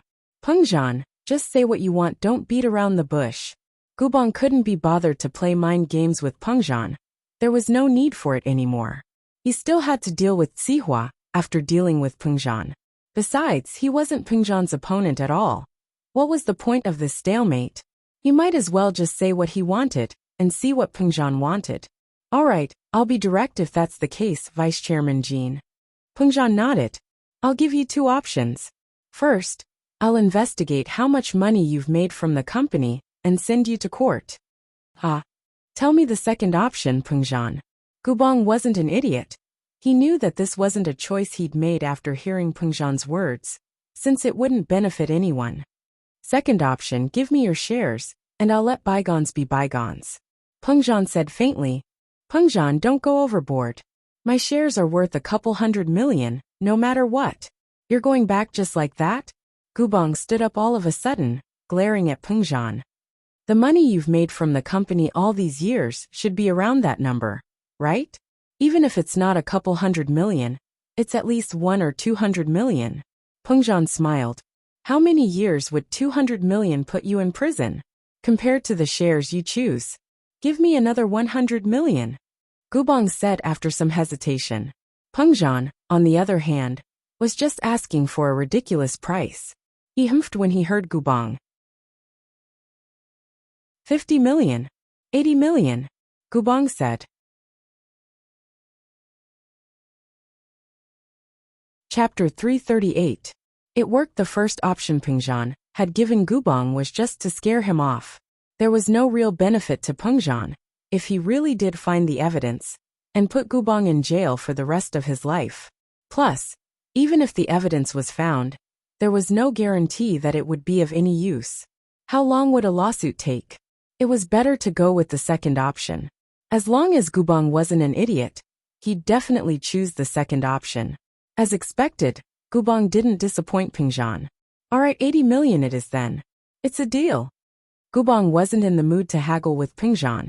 He had more important things to attend to. With this 80 million, he'd be able to start a small real estate company as compensation for Master Bing. Sihua wouldn't bother him anymore then, would he? Gubang felt like he'd lost two birds with one stone. Not only did he lose his position as chairman, but he'd also be forced to leave the company. He'd lost his shares in exchange for 80 million, and that 80 million might not even be his own. He'd have to give it to Master Bing. Gubong wouldn't mind fighting Pengzhan head-on if Zihua were still supporting Gubong. He wasn't afraid of Pengzhan at all with Zihua's support. But Gubong didn't have the time to fight with Pengzhan now that Zihua was ready to kill him. Gubong didn't have the energy to fight with Pengzhan right now. He'd better take the money and leave. That afternoon, Gubong completed his resignation procedures and handed over his shares to Pengzhan. He left Pengzhan Industries under the shocked and mocking gazes of the other shareholders, with the 80 million in his retirement fund. Vice Chairman Jin had become a part of Pengzhan Industries' history. He'd no longer be a part of the board of directors from now on. The shareholders and directors who'd wanted to stand on Gubong's side were all shocked. It was lucky that they hadn't gotten involved with Gubong. Otherwise they'd be done for. They'd seen how powerful Gubong was back then, working with the third largest shareholder, Xie Guangbua, in preparation for the Operation Chu. But what had happened? Guangbua's shares had gone to Pengzhan's son-in-law for no reason at all, and Gubong's shares had been taken back by Pengzhan. Right now, Pengzhan Industries was under Chu Pengzhan's control. Most of the company's shares were in his hands. Meng Yao and Yushu were enjoying themselves when Lin Yi wasn't home. "Oh, I can finally walk around the house naked," Yushu said as she curled up on the sofa, watching TV. Yushu often took off all her clothes the moment she got home, saying that wearing clothes would affect her body's growth. "Ahem, Shu, you need to be mindful of your image. Even if Lin Yi's not home, what if Faubert comes?" Meng Yao said helplessly. "Every time Faubert comes he knocks on the door. He won't come in casually." Yushu, on the other hand, didn't seem to mind at all. She was still showing off her body to Meng Yao on the sofa. "Yao Yao, what do you think of my body recently? Stop showing off your boobs in front of me. I'll cut them off if you keep showing them off." Meng Yao glared at Yushu. Did she think she could show off her body, just because she had a good figure? "Why don't you say you're not as tall as me? You've got all the nutrients in your boobs, and I've got all the nutrients in my bones." "Oh, I'm not showing off." Yushu sat back on the sofa depressed. Why didn't anyone praise her body? Seriously, she couldn't just show it to anyone. Not even Meng Yao, who was the only one she could look at. Yushu felt helpless. "Go show off to your shield bro. I'm not interested in you. Go away, I want to watch TV." Meng Yao said as she looked at Yushu disdainfully. "You're showing off here and there. Aren't you just going to let other men touch you?" "Oh, I want to, but I'm afraid you won't agree, Yao Yao," Yushu said as she looked at Meng Yao. "Why wouldn't I agree?" Meng Yao didn't want to talk to Yushu anymore. "You're the main wife, so the main wife gets priority. You should be the one showing off first. I'll have to wait behind you," Yushu said with a grin. Meng Yao glared at Yushu. "Can't you calm down a little? I've noticed that you're the most obedient when Lin Yi's at home. I've finally realized the benefits of having Lin Yi at home." "Ah, Yao Yao, you miss Shield Bro too?" Yushu blinked, as if she'd discovered a new continent. She waved her hands around on the sofa as she asked. "What do I miss?" Meng Yao said, a little annoyed. "I just want him to come back soon, so you can have some peace. I can't take it anymore. I've been holding it in for 10 years. Meng Yao realized that she was at the end of her patience, especially since Lin Yi had been staying at her house for a while. Meng Yao had gotten used to Yushu's behavior, and now that Lin Yi was gone, Yushu was back to normal. Meng Yao prayed that Lin Yi would come back soon. The door to the villa was open from the outside. "What?" Meng Yao's eyes went wide as she looked at the door in shock. No way. Her prayers had come true this quickly. Lin Yi was back. Her dreams had come true. Yushu was stunned as well. She'd been dancing around and making fun of Meng Yao just a moment ago, and now Lin Yi was barging in. Most importantly, the sofa Yushu was sitting on was facing the villa's doorway, and Lin Yi could see every part of her body clearly. Ugh. Did I come back at the wrong time? Lin Yi gulped as he realized that moving his eyes away from Yushu's body was a very difficult decision. So difficult that he couldn't complete it. In actuality, Lin Yi had been drooling over Yushu for a long time, but because she was Meng Yao's best friend, Lin Yi hadn't dared to show it too much.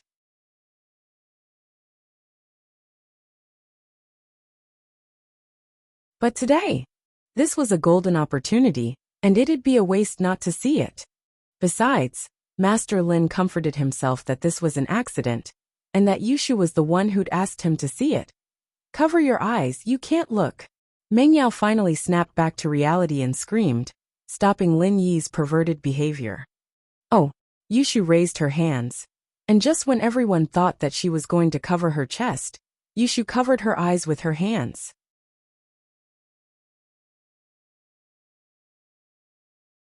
Chapter 339. Chapter 339. Nobody loses Shu. I wasn't talking about you. I was talking about Lin Yi. Meng Yao snapped before turning to Lin Yi. What are you looking at? I'll gouge your eyeballs out and stomp on them. Oh. Yushu pulled her hand away from her eyes, before grabbing the blanket on the sofa, and covering herself up. Her face was as red as a cooked lobster. The sunlight was too bright, and the room was too dark. I lost my sight temporarily. I didn't see anything. Lin Yi said innocently with his hands up. Lin Yi, the street lights are on already. Meng Yao wasn't that gullible. Ugh. Actually, I got nervous and got it backwards. The light in the room was too bright, and it was too dark outside. I lost my sight temporarily. I didn't see anything. Lin Yi said awkwardly. I'll go back to my room first. I need to take a shower. Stop right there. You saw Shu's naked. How are you going to compensate me? Meng Yao didn't want to let Lin Yi go just like that. She felt very wronged and uncomfortable. Yushu was the one who'd been seen naked, so why did she feel so bad? Ugh. Let's talk after I take a shower. Lin Yi didn't want to piss Meng Yao off right now. He'd wait for her to calm down and forget about it. Chilled bro. Why were you in such a hurry to shower? Are you planning to hit a plane? Yushu said weakly all of a sudden. The tense atmosphere dissipated with that one sentence from Yushu. Meng Yao was pissed off. I'm standing up for you. What kind of question was that? Shu, what the hell are you talking about? I just wanted to confirm if the books were true. Yushu stuck her tongue out, blaming herself for speaking too quickly. Didn't the books say that boys would have that kind of reaction after seeing something exciting? Shield bro must have some bad thoughts, since he was in such a hurry to take a shower. Shu, are you out of your mind? Meng Yao was going crazy. No one's going to think you're a mute if you don't talk. Ugh. I'll go back first then. Lin Yi was feeling rather awkward from Yushu's actions as well.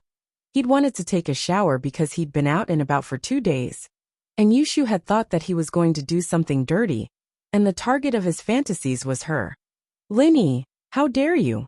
You're not allowed to use Shu as a target for your dirty thoughts. Meng Yao glared at Lin Yi. No, I'm really sweating. I just want to take a bath. If you don't believe me, you can watch. Lin Yi couldn't help but laugh at the end. Pervert. Meng Yao humphed. Who wants to watch you? Lin Yi ran back to his room and let out a long breath. That was way too exciting. Why didn't time stop? He didn't know how long he'd have to wait for the next time. Of course, Lin Yi could just sneak up to the second floor at midnight and watch without anyone noticing. General Weiwu was just a decoration. But that was way too perverted, and Lin Yi didn't want to do it. If he wanted to see, he'd do it openly. Even if Yushu didn't let him see, a few accidents like this was enough to satisfy Lin Yi. Shu, look at you. You're a girl. How are you going to get married if you let him see everything? Meng Yao said helplessly after Lin Yi left. Shield bro's not an outsider, he even kissed me. Yushu blushed at the memory. Kissed you? Meng Yao paused, realizing something she didn't know. When did he kiss you? She only knew that Lin Yi had pinched Yushu's boobs. But she didn't know that Lin Yi had kissed Yushu. What other secrets were these two hiding from her? Yushu realized that she'd let the cat out of the bag. But it was too late for regrets. It's not that. Actually, when I fell into the water, Shield bro was afraid that I'd choke, so he kissed me on the mouth. You. Why didn't you say that earlier? Meng Yao was pissed. Shu, you're a girl. What are you going to do if he kisses you and looks at you like that? No, we have to get him to take responsibility. It's not that serious, is it? Yushu jumped at Meng Yao's words. Lin Yi had taken advantage of her so many times without her noticing? How is it not? No, I have to talk to my dad. We can't let him stay here anymore. It's too dangerous. Meng Yao didn't mean what she said. Her heart was in a mess. Alright Yao Yao. It's not like we got the short end of the stick. Didn't we see Shield Bro going to the washroom at school? Yushu said with a straight face. So we're even, he got the short end of the stick too. He's at a disadvantage too? Meng Yao was speechless. She couldn't understand her best friend's thoughts with common sense. But Meng Yao was a little puzzled. Yushu wasn't someone who would let herself get taken advantage of easily. If she told her brother Yutian about this, he'd come over and beat up Linny. But could Yutian beat Linny? In Meng Yao's impression, Yutian was very strong, and other than Lingshan, everyone else was subdued by him. But according to Shu, Lingshan was completely dominated by Lin Yi, using her phone to take pictures of Yushu playing with sand and sending them back to Lin Yi. Was this something that Lingshan would do in the past? Why don't we peek at him while he's showering? Yushu made a tempting suggestion. Meng Yao would be lying if she said she wasn't curious. But if she peeked at Lin Yi showering, wouldn't she become a pervert? And so, Meng Yao wouldn't agree to Yushu's suggestion. Shu, you're getting more and more open-minded. This isn't a good sign. This is the sign of a girl losing her virginity. Ah, is it that serious? Yushu was shocked as well, and her face started to blush. It was true that she wasn't repulsed by him at all. Other than the fact that her heart was beating really fast, she wasn't complaining at all after being hugged and kissed by him. Yushu didn't know if that counted as having a good impression of him, but Meng Yao's words sounded quite serious. Yes, it's serious. So if you don't like Lin Yi and don't want to marry him, you better stay away from him, Meng Yao warned solemnly.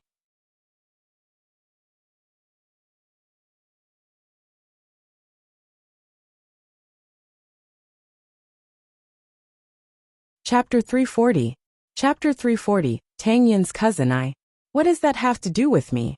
Meng Yao humphed, not caring at all. Don't tell me you'll marry whoever I marry. Shu, you're getting more and more out of character.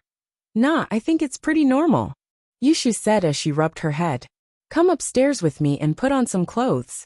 Don't be so open next time, Meng Yao said, not bothering to talk to Yushu anymore as she dragged her upstairs.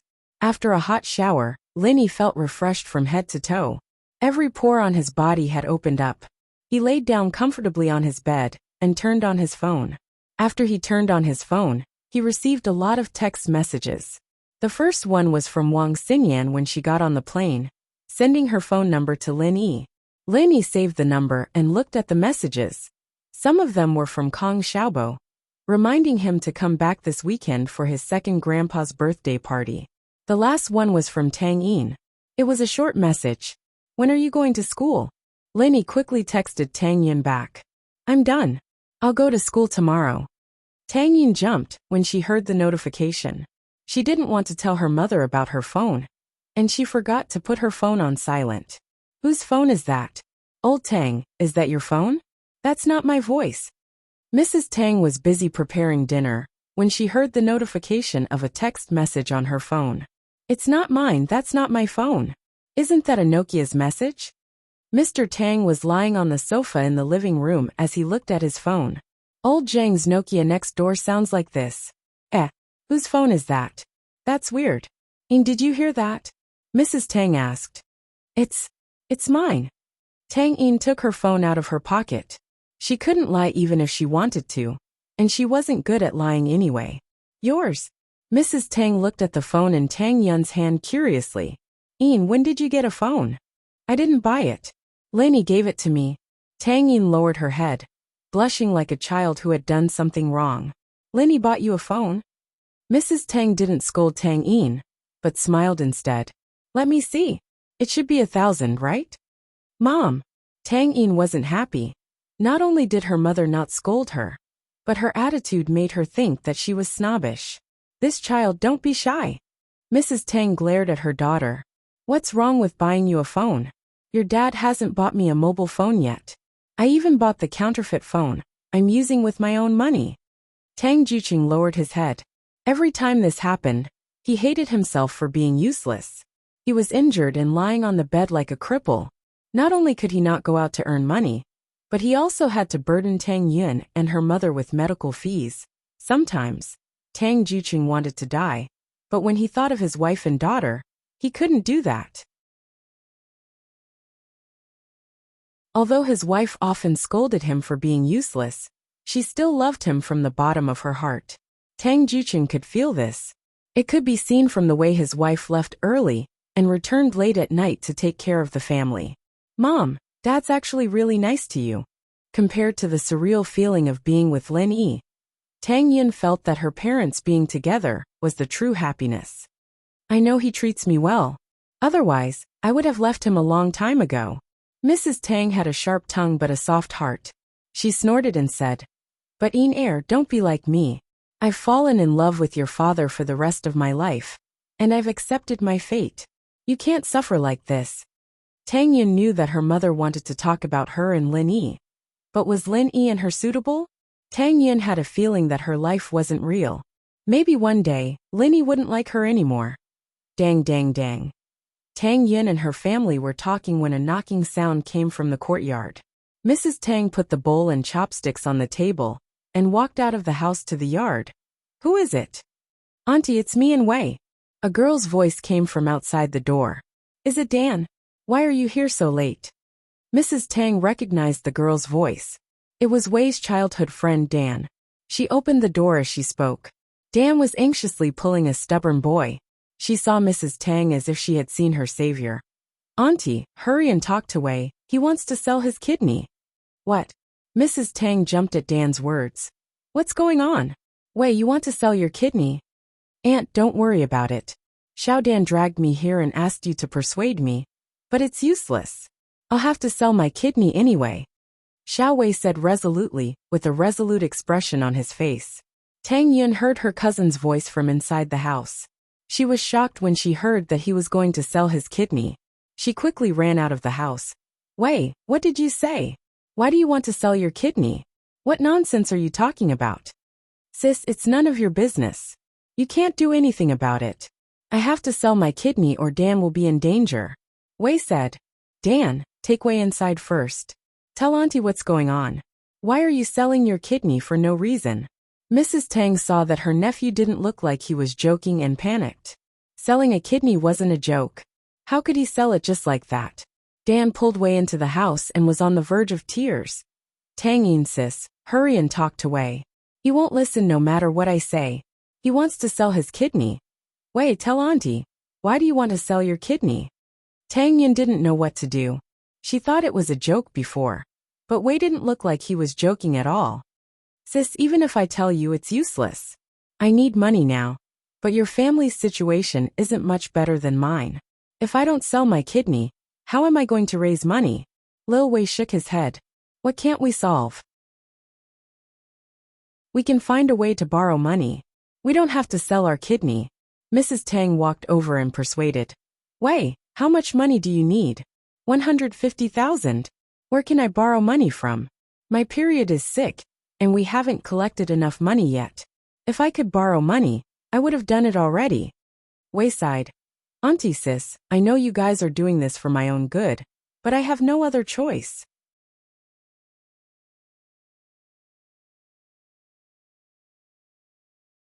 Chapter 341. Tang Yun's grievance under Xiao Dan's tearful complaints and Wei's indignant explanation. Tang Yun's family finally understood the whole story. It all started with the two's financial aid. Xiao Wei and Xiao Dan were both from a small county near Songshan. They were neighbors since they were young, and could be considered childhood sweethearts. They liked each other as they grew up, and their parents had tacitly agreed to the fact that they would be together in the future. However, there was an unforeseen event. Both families were poor, and they were poor. They had to live frugally, let alone pay for school. When Wei and Dan were in elementary school, a few big bosses came to the village and offered financial aid to poor children. Everyone was overjoyed when they heard the news, and Wei and Dan successfully went through elementary school, middle school, and vocational school with the help of the same boss. They were about to graduate, and according to the agreement they made with the boss, they would work for free for a period of time after they turned 18 as repayment for their financial aid. Originally, this agreement was only a symbolic form. Many students in the village went to find their respective bosses for financial aid, and it was only for a period of time. It was considered as returning the favor. Little Wei and Little Dan thought that they would be the same, but they didn't expect that after they went to the big boss's company, the big boss took a look at Little Dan and made her a secretary, while Little Wei was assigned to be a security guard. Both of them were paid according to normal employee treatment. It was not easy to find a job these days. Little Wei and Little Dan found a formal job before they graduated, so they were naturally quite happy.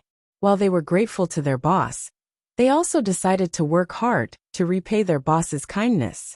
But who would have thought that the nightmare would begin? The boss didn't have any good intentions in making Dan his secretary. He started drooling over her beauty and body the moment he laid eyes on her. Dan wasn't very pretty, but she was young, fresh, had good skin and a good figure. The boss was tempted and prepared to take her for himself. In the beginning, the big boss only expressed his intentions very subtly. After being flatly rejected by Xiao Dan, he began to show his ferocious face and began to touch Xiao Dan more and more unscrupulously. Dan naturally told her boyfriend Wei after being wronged, and in a fit of rage, Wei brought Dan to the boss and told him that they wanted to resign. They couldn't afford to offend him, but they could at least hide from him. They could quit, right? Wei wasn't stupid. He knew that they couldn't afford to piss off the boss. He heard that the boss had connections in both the underworld and the underworld, so he could only tactfully express his dissatisfaction and request to resign. As a result, the big boss turned hostile on the spot and said, "Resign? Impossible." According to the original contract, Lil Wei and Lil Dan had to work for the company for 3 years after they turned 18 before they could leave. Otherwise, it would be a breach of contract, and they would have to pay for all the scholarships and interest. Of course, this contract was only symbolic at the beginning. Many students sponsored by other bosses did not go to work. They just regarded it as a kind of charity. But when it came to Dan and Wei, there was nothing they could do if the boss wanted to take it seriously. They were dumbfounded when they saw the contract, not knowing what to do. The boss had already torn off all pretenses, so he didn't hold back at all. He told Dan that if she became his mistress, she wouldn't have to pay back the money and would get a raise in the future. Wei, on the other hand, would continue working as a security guard and wouldn't have to resign. If she didn't agree, then he would return all the financial aid within 3 days. Wei and Dan were dumbfounded. Where were they going to get that much money in 3 days? The financial aid the boss had given them was at least 150,000. How were they going to pay it back? Wei had no choice but to contact a company that sold his kidneys to pay back the debt. He didn't want Dan to be wronged. He couldn't accept his girlfriend becoming someone else's mistress. Tang Yin's family knew about the financial aid, and they thought that Wei and the others were lucky to be helped by a rich boss. But now it seemed like it was a misfortune. "Auntie, please think of something. Wei can't sell his kidney. I heard that his body would be in terrible shape if he sold his kidney, and he wouldn't be able to do anything in the future." Dan was on the verge of tears as she looked at Mrs. Tang pitifully. She tried to persuade him, but Wei didn't listen. "Wei, don't do anything stupid. How about this? I've saved 20,000 kwai over the years. Use it first, and I'll think of something else for you," Mrs. Tang said as she went to look for the bank book. "Auntie, it's okay. 20,000 isn't enough to do anything. That's money for my uncle's surgery. I can't just use it." Wei quickly stopped her. "Auntie, you know how close I am to Dan. I can't push her into the fire pit." However, what Xiaowei said was the truth. He could not push Dan into the fire pit, and he needed 150,000 yuan. No one else could help him. If Mrs. Tang had 150,000 yuan, she would have done her husband's surgery a long time ago, instead of dragging it out until now. Can you give Lenny a call? Borrow some money from him?" Mrs. Tang hesitated as she looked at her daughter. Wei was the only son in her family, and they were counting on him to carry on the bloodline. Selling his kidney would be a problem for him to take care of himself in the future. Ah!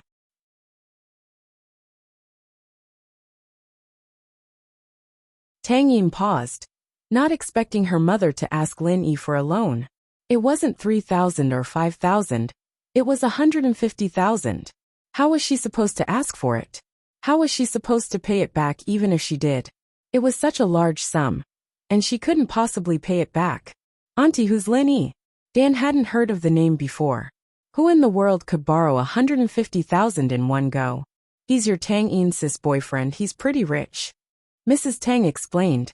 Mom, Lin Yi isn't my boyfriend, we're not related. Tang Yin blushed as she looked at her mother. How could she say something like that? He gave you a phone already. How is he not your boyfriend? Mrs. Tang was panicking as she looked at her daughter. Yin, you're not going to abandon your brother, are you? Are you going to watch him sell his kidney?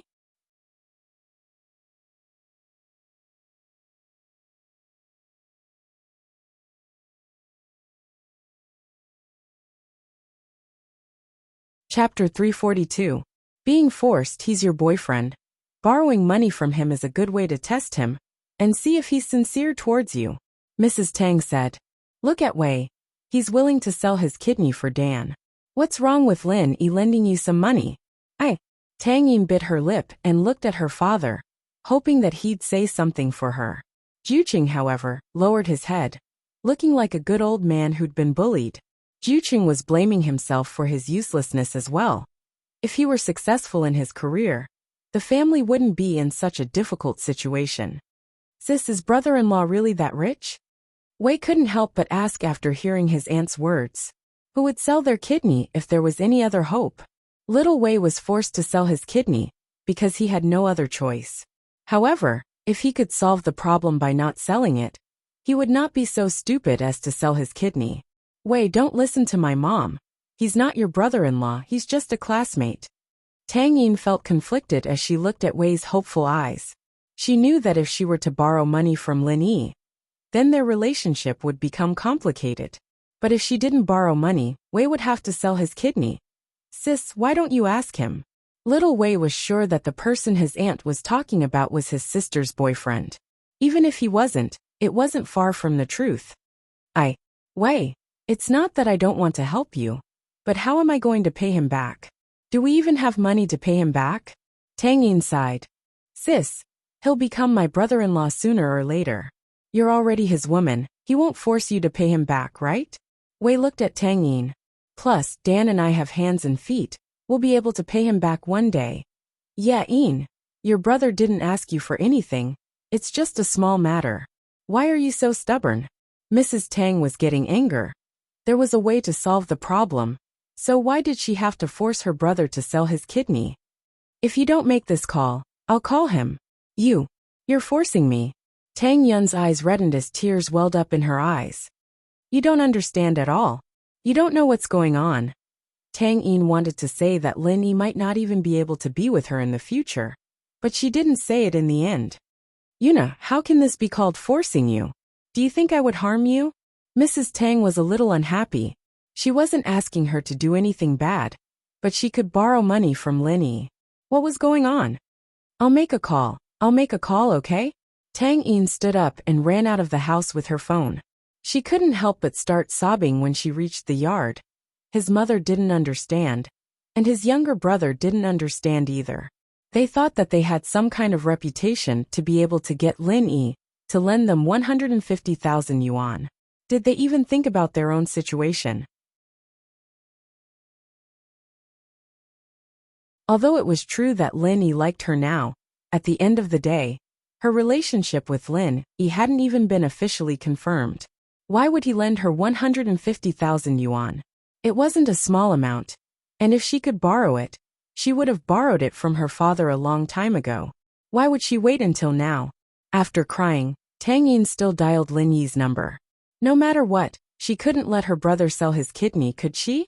Lin Yi replied to Tang Yin's message, but she didn't reply for a long time. He thought that she didn't see it, but he didn't expect her to call him. Hello, Tang Yin? Lin Yi was pleasantly surprised that Tang Yin called him. It was a good start. Why are you calling me? Do you miss me? Tang Yin didn't know whether to laugh or cry at Lin Yi's words. Her sad mood brightened up a lot. Who misses you? Stop being so smug. Huh? Lin Yi smiled. Why are you calling me so late at night? Lin Yi actually understood Tang Yin quite well. She was an introverted girl, strong but not good at expressing her feelings. If there was nothing, she wouldn't call him, at least not now. Lenny, I have something to ask of you. Tang Yin's heart sank as she thought about what she was going to say next. Something to ask of me? Lenny was startled. This wasn't like Tang Yin's personality. And, can you lend me 150,000 yuan? Don't worry. I will definitely return it to you, I promise. Tang Yin hesitated and said her request. 150,000 yuan? Lenny was even more stunned. This was even more out of Tang Yin's character. He gave her a phone before, but she didn't want to accept it. Why would she suddenly want to borrow money from him? However, this indirectly meant that Tang Yin must have encountered some trouble that she couldn't resist. Otherwise, she would have to die to borrow money from him. Tang Yin wasn't a greedy girl. If she was, she would have been corrupted by society long ago. I really need this money. My brother is in some trouble. If I don't have this money, he will have to sell his kidney. Tang Yin thought that Lenny misunderstood her as a greedy girl and quickly explained.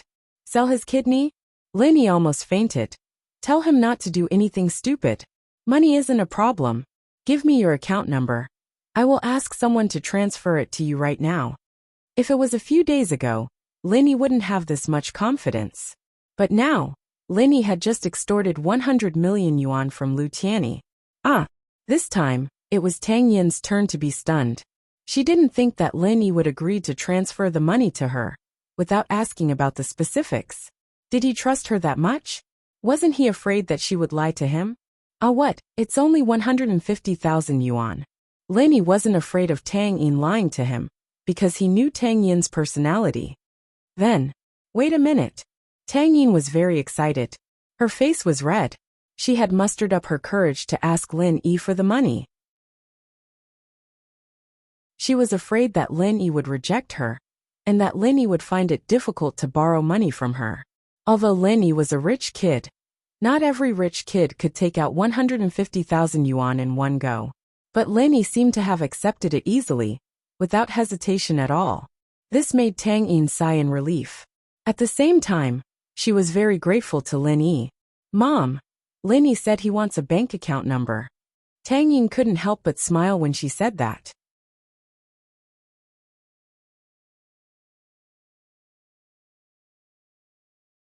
Chapter 343. Chapter 343. Worries of happiness. On one hand, she felt very happy and sweet. Fun's ex-boyfriend didn't even lend her 20,000 when her family asked for it, let alone 150,000. Although her words were sweet, in the end, Xiaofan still ended up in such a state. Thinking back, other than being a little domineering, Lin Yi didn't seem to have said anything sweet to her at all. But in critical moments, when she needed help, when she was the most helpless, Lin Yi would always appear at the right time. On the other hand, Tang Yun felt that she owed Lin Yi a lot, to the point where she couldn't pay him back. Tang Yun didn't think that she would be able to pay Lin Yi back in a couple of years. Nor did she think that Wei and the others would be able to pay her back. Was it really like what her brother said? She was his now, and didn't need to pay him back? It was easy to say but difficult to do. You borrowed it already? Mrs. Tang thought that her daughter would have to pay a price to talk to Lin Yi personally. Mrs. Tang wasn't an idiot. She had seen through the fickleness of the world. And while it was a bit like she was pushing her daughter into a pit of fire, it wasn't entirely the case. Lin Yi was different from the Kong Mingming Xiaofan knew. He wouldn't leave her after playing with her, would he? Besides, Xiaowei was the only son in her family. As his aunt, if she didn't stop him from selling his kidney, her father wouldn't let her go. In her family in the countryside, the patriarchal concept was very strong. Mrs. Tang didn't think that her daughter would borrow the money with just a phone call. She was happy and surprised but also regretful. I should have borrowed 50,000 more, and we could have done the surgery for your dad. Mom! Tang Yun frowned unhappily. Did she think that Lin Yi was some kind of money tree, that he could borrow as much as he wanted? Girl, are you stupid? Can't you borrow more than once? Mrs. Tang was thinking that the money couldn't be borrowed for free, so she might as well borrow more. Mom, what are you talking about? Tang Yun panicked. If you keep this up, I won't borrow anymore, not a single cent. All right, I won't say any more. Mrs. Tang looked at her daughter resentfully. She thought to herself, why can't my daughter see the light? Get more money when he likes you. And you'll have money even if he doesn't want you anymore. Mrs. Tang couldn't be blamed for having such snobbish thoughts. Anyone would have the same thoughts if they had to support a family like this on their own. Mrs. Tang was really scared of being poor. She didn't want to be poor anymore. Love was important, but without money, what was there left? If it weren't for the fact that she still loved old Tang, she would have divorced him a long time ago. But so what? Old Tang wasn't the only one injured in the factory. How many families had already divorced? That was why Mrs. Tang was encouraging Tang Yin to ask Lin Yi for the money. In her mind, getting the money in her hands was the only thing that mattered. How could she not know what her mother was thinking? But Tang Yun couldn't understand her mother's thoughts. The hardships of life hadn't erased her self-reliance. But right now, Tang Yun still couldn't understand her mother's thoughts. The hardships of life hadn't erased Tang Yun's self-reliance. Tang Yun, what's wrong? 150,000 isn't enough? Lin Yi heard Mrs. Tang's nagging and asked with a smile. No, don't listen to my mom. Tang Yun remembered that she was still holding the phone, and that Lin Yi had heard her conversation with her mother. She was embarrassed and angry at her mother's greed for money. Mrs. Tang found a bank card. They only had 20,000 in savings, and this was the only card they had. She carefully hid it under the mattress. Give me the phone, Mrs. Tang said as she tried to snatch the phone from Tang Yun. Tang Yun wouldn't give the phone to her mother. She didn't know what her mother would say if she gave it to her. Give it to me. I'll read the card number to him. Mrs. Tang had no choice but to give the card to Tang Yun. Tang Yun was about to read the card number to Lin Yi when Lin Yi said, text it to me, in case the transfer is wrong and the money's gone. Ah, I'll send it to you then. Tang Yun jumped. She didn't know that Lin Yi was only teasing her. The card number didn't match the name, so the transfer couldn't be made. Lin Yi dialed Xuemin's number after receiving the card number from Tang Yun. Where have you been these 2 days? I called you, but your phone was turned off. Guan Xuemin's voice came through the phone before Lin Yi could say anything. Oh, Grandpa Guan, what's up? Lin Yi didn't think that Guan Xuemin would look for him these 2 days. Yesterday Lu Tianyi brought Elder Lu over. Elder Lu wanted to thank you personally. After he went back, he noticed that his body was much better. Not only did he eat more, but he also walked like he was flying. It was like he was 10 years younger. Guan Xuemin exclaimed. I'm envious of your medical skills. They came to thank me? Lin Yi smiled. It was probably because House Lu realized his value and wanted to build a good relationship with him.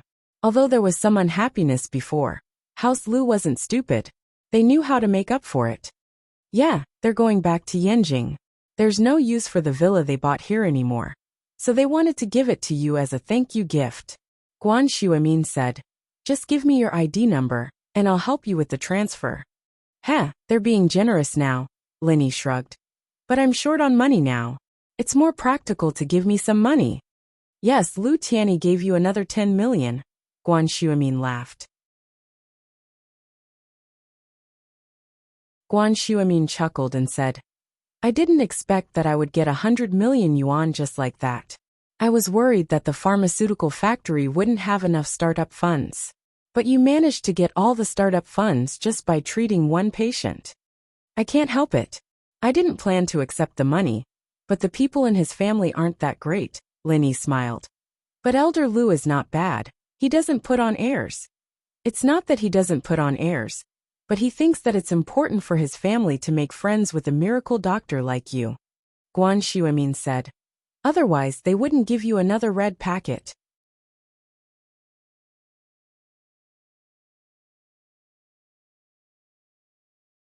Chapter 344. Thank you, brother-in-law, right? What did you call me for? I was too busy talking about my business. Xuemin suddenly remembered that it was Lin Yi who called him. It's like this, Grandpa Guan. I'll give you an account number. Can you transfer 200,000 to me? Lin Yi told Xuemin the account number Tang Yun had sent him. Yeah, all right. I'll have Xian transfer the money to you through online banking. Xu Amin said without even asking what Linny was planning on doing after writing down the account number. Thank you, Grandpa Guan.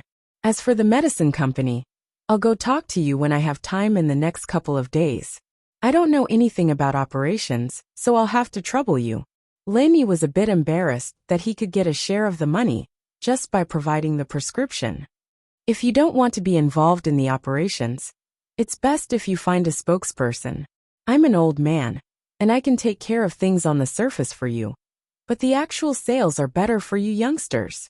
Xu Amin smiled bitterly. I'll be honest with you. I'm an old scholar, and I might not be as good as you are when it comes to business. I see. Linny had only thought of this after hearing Xu Amin's suggestion. He'd only wanted to use Xu Amin's name and provide the prescriptions himself to start a medicine company. But things weren't as simple as he'd thought after hearing Xu Amin's words. He'd have the reputation and the medicine, but he'd still need to know how to run it. Yeah, my youngest son is a suitable candidate, Xian's father. But I don't want him to get involved in this, Xu Amin suggested. If you don't want to manage it yourself, you need to find someone you can trust to keep an eye on it. Hiring a manager is fine too. Grandpa Guan, isn't Guan Xian a shareholder of the company? She can keep an eye on it for me. Linny suddenly remembered that Guan Xian was a shareholder of the company as well, and so he turned his attention to her. Haha, even if Xian is a shareholder, she still represents me. You'll need to find someone else to represent you. Oh right, if you have time, come over for a bit. I'll send some of the drugs to be tested and approved.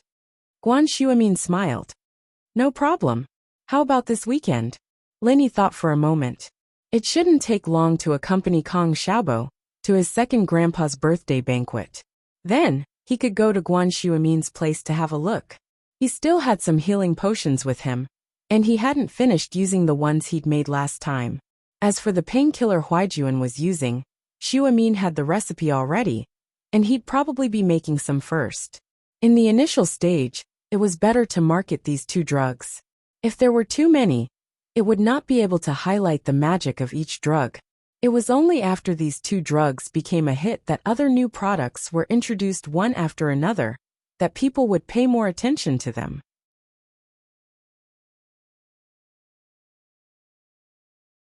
Guan Xian took the account card from her grandpa and looked at the username.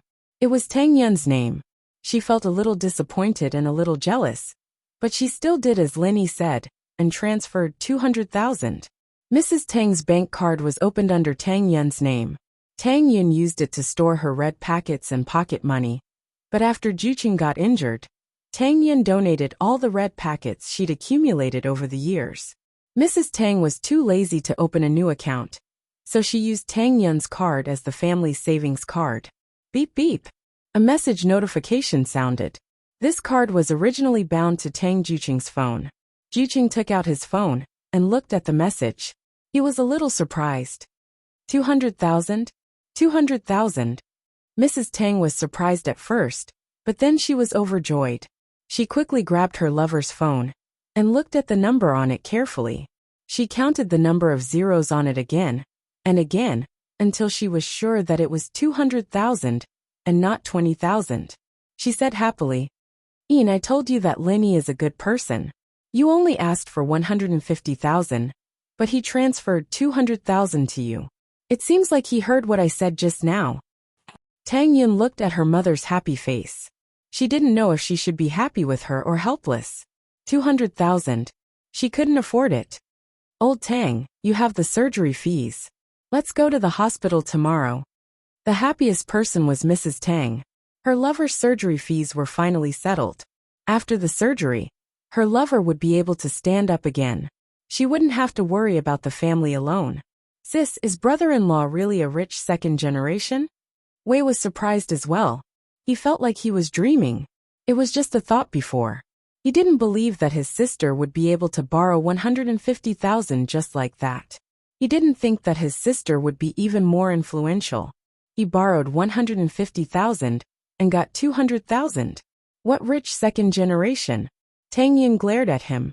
He's not your brother-in-law either. You still have to pay him back. Hey sis, you're shy. Wei smiled and nodded. Of course I have to. Dan and I have to live frugally. We'll pay him back. What do you know, you brat? Tang Yin snorted. But then she remembered that Wei wasn't a brat. He was only half a year younger than her. And he and Dan had been dating for a long time. It seemed like he was more experienced than her. Sis, thank brother-in-law for me. When he comes, you have to tell Dan and me. We have to thank him in person. Wei laughed. Yeah, Tang Yin sis, I really have to thank him. Dan felt like she was dreaming as well. An hour ago, Wei was still trying to sell his kidney, but now he'd raised the money. Tang Yun's chest hurt as she looked at her mother and brother's happy faces. Was it right or wrong for her to do this? Was this what they meant by sacrificing herself for the happiness of the whole family? Tang Yun gripped her phone tightly as she walked out of the house. She went to the yard again and hesitated. But Lenny didn't call. Tang Yun was annoyed. Didn't this guy treat money like it was money? He transferred 200,000, and he didn't even call to check if it was in the account. What if he lost it? Tang Yun dialed Lin Yi's number again. Hello, Lenny. Tang Yun saw that Lenny didn't respond and asked. Lenny responded. What are you doing? Why aren't you talking? Tang Yun was confused. Drink some water, it's done. Lenny put down the cup in his hand. Tang Yun's call came in while he was drinking. You're tuning in to the Li Mei's Sword of Destiny YouTube channel. We're so grateful for your support. And don't forget to subscribe to join us on this incredible journey through captivating stories. Your generosity through donations truly makes a world of difference, as it's the primary source of revenue that allows me to expand and enhance this channel for you. Thank you from the bottom of my heart for being a part of this adventure.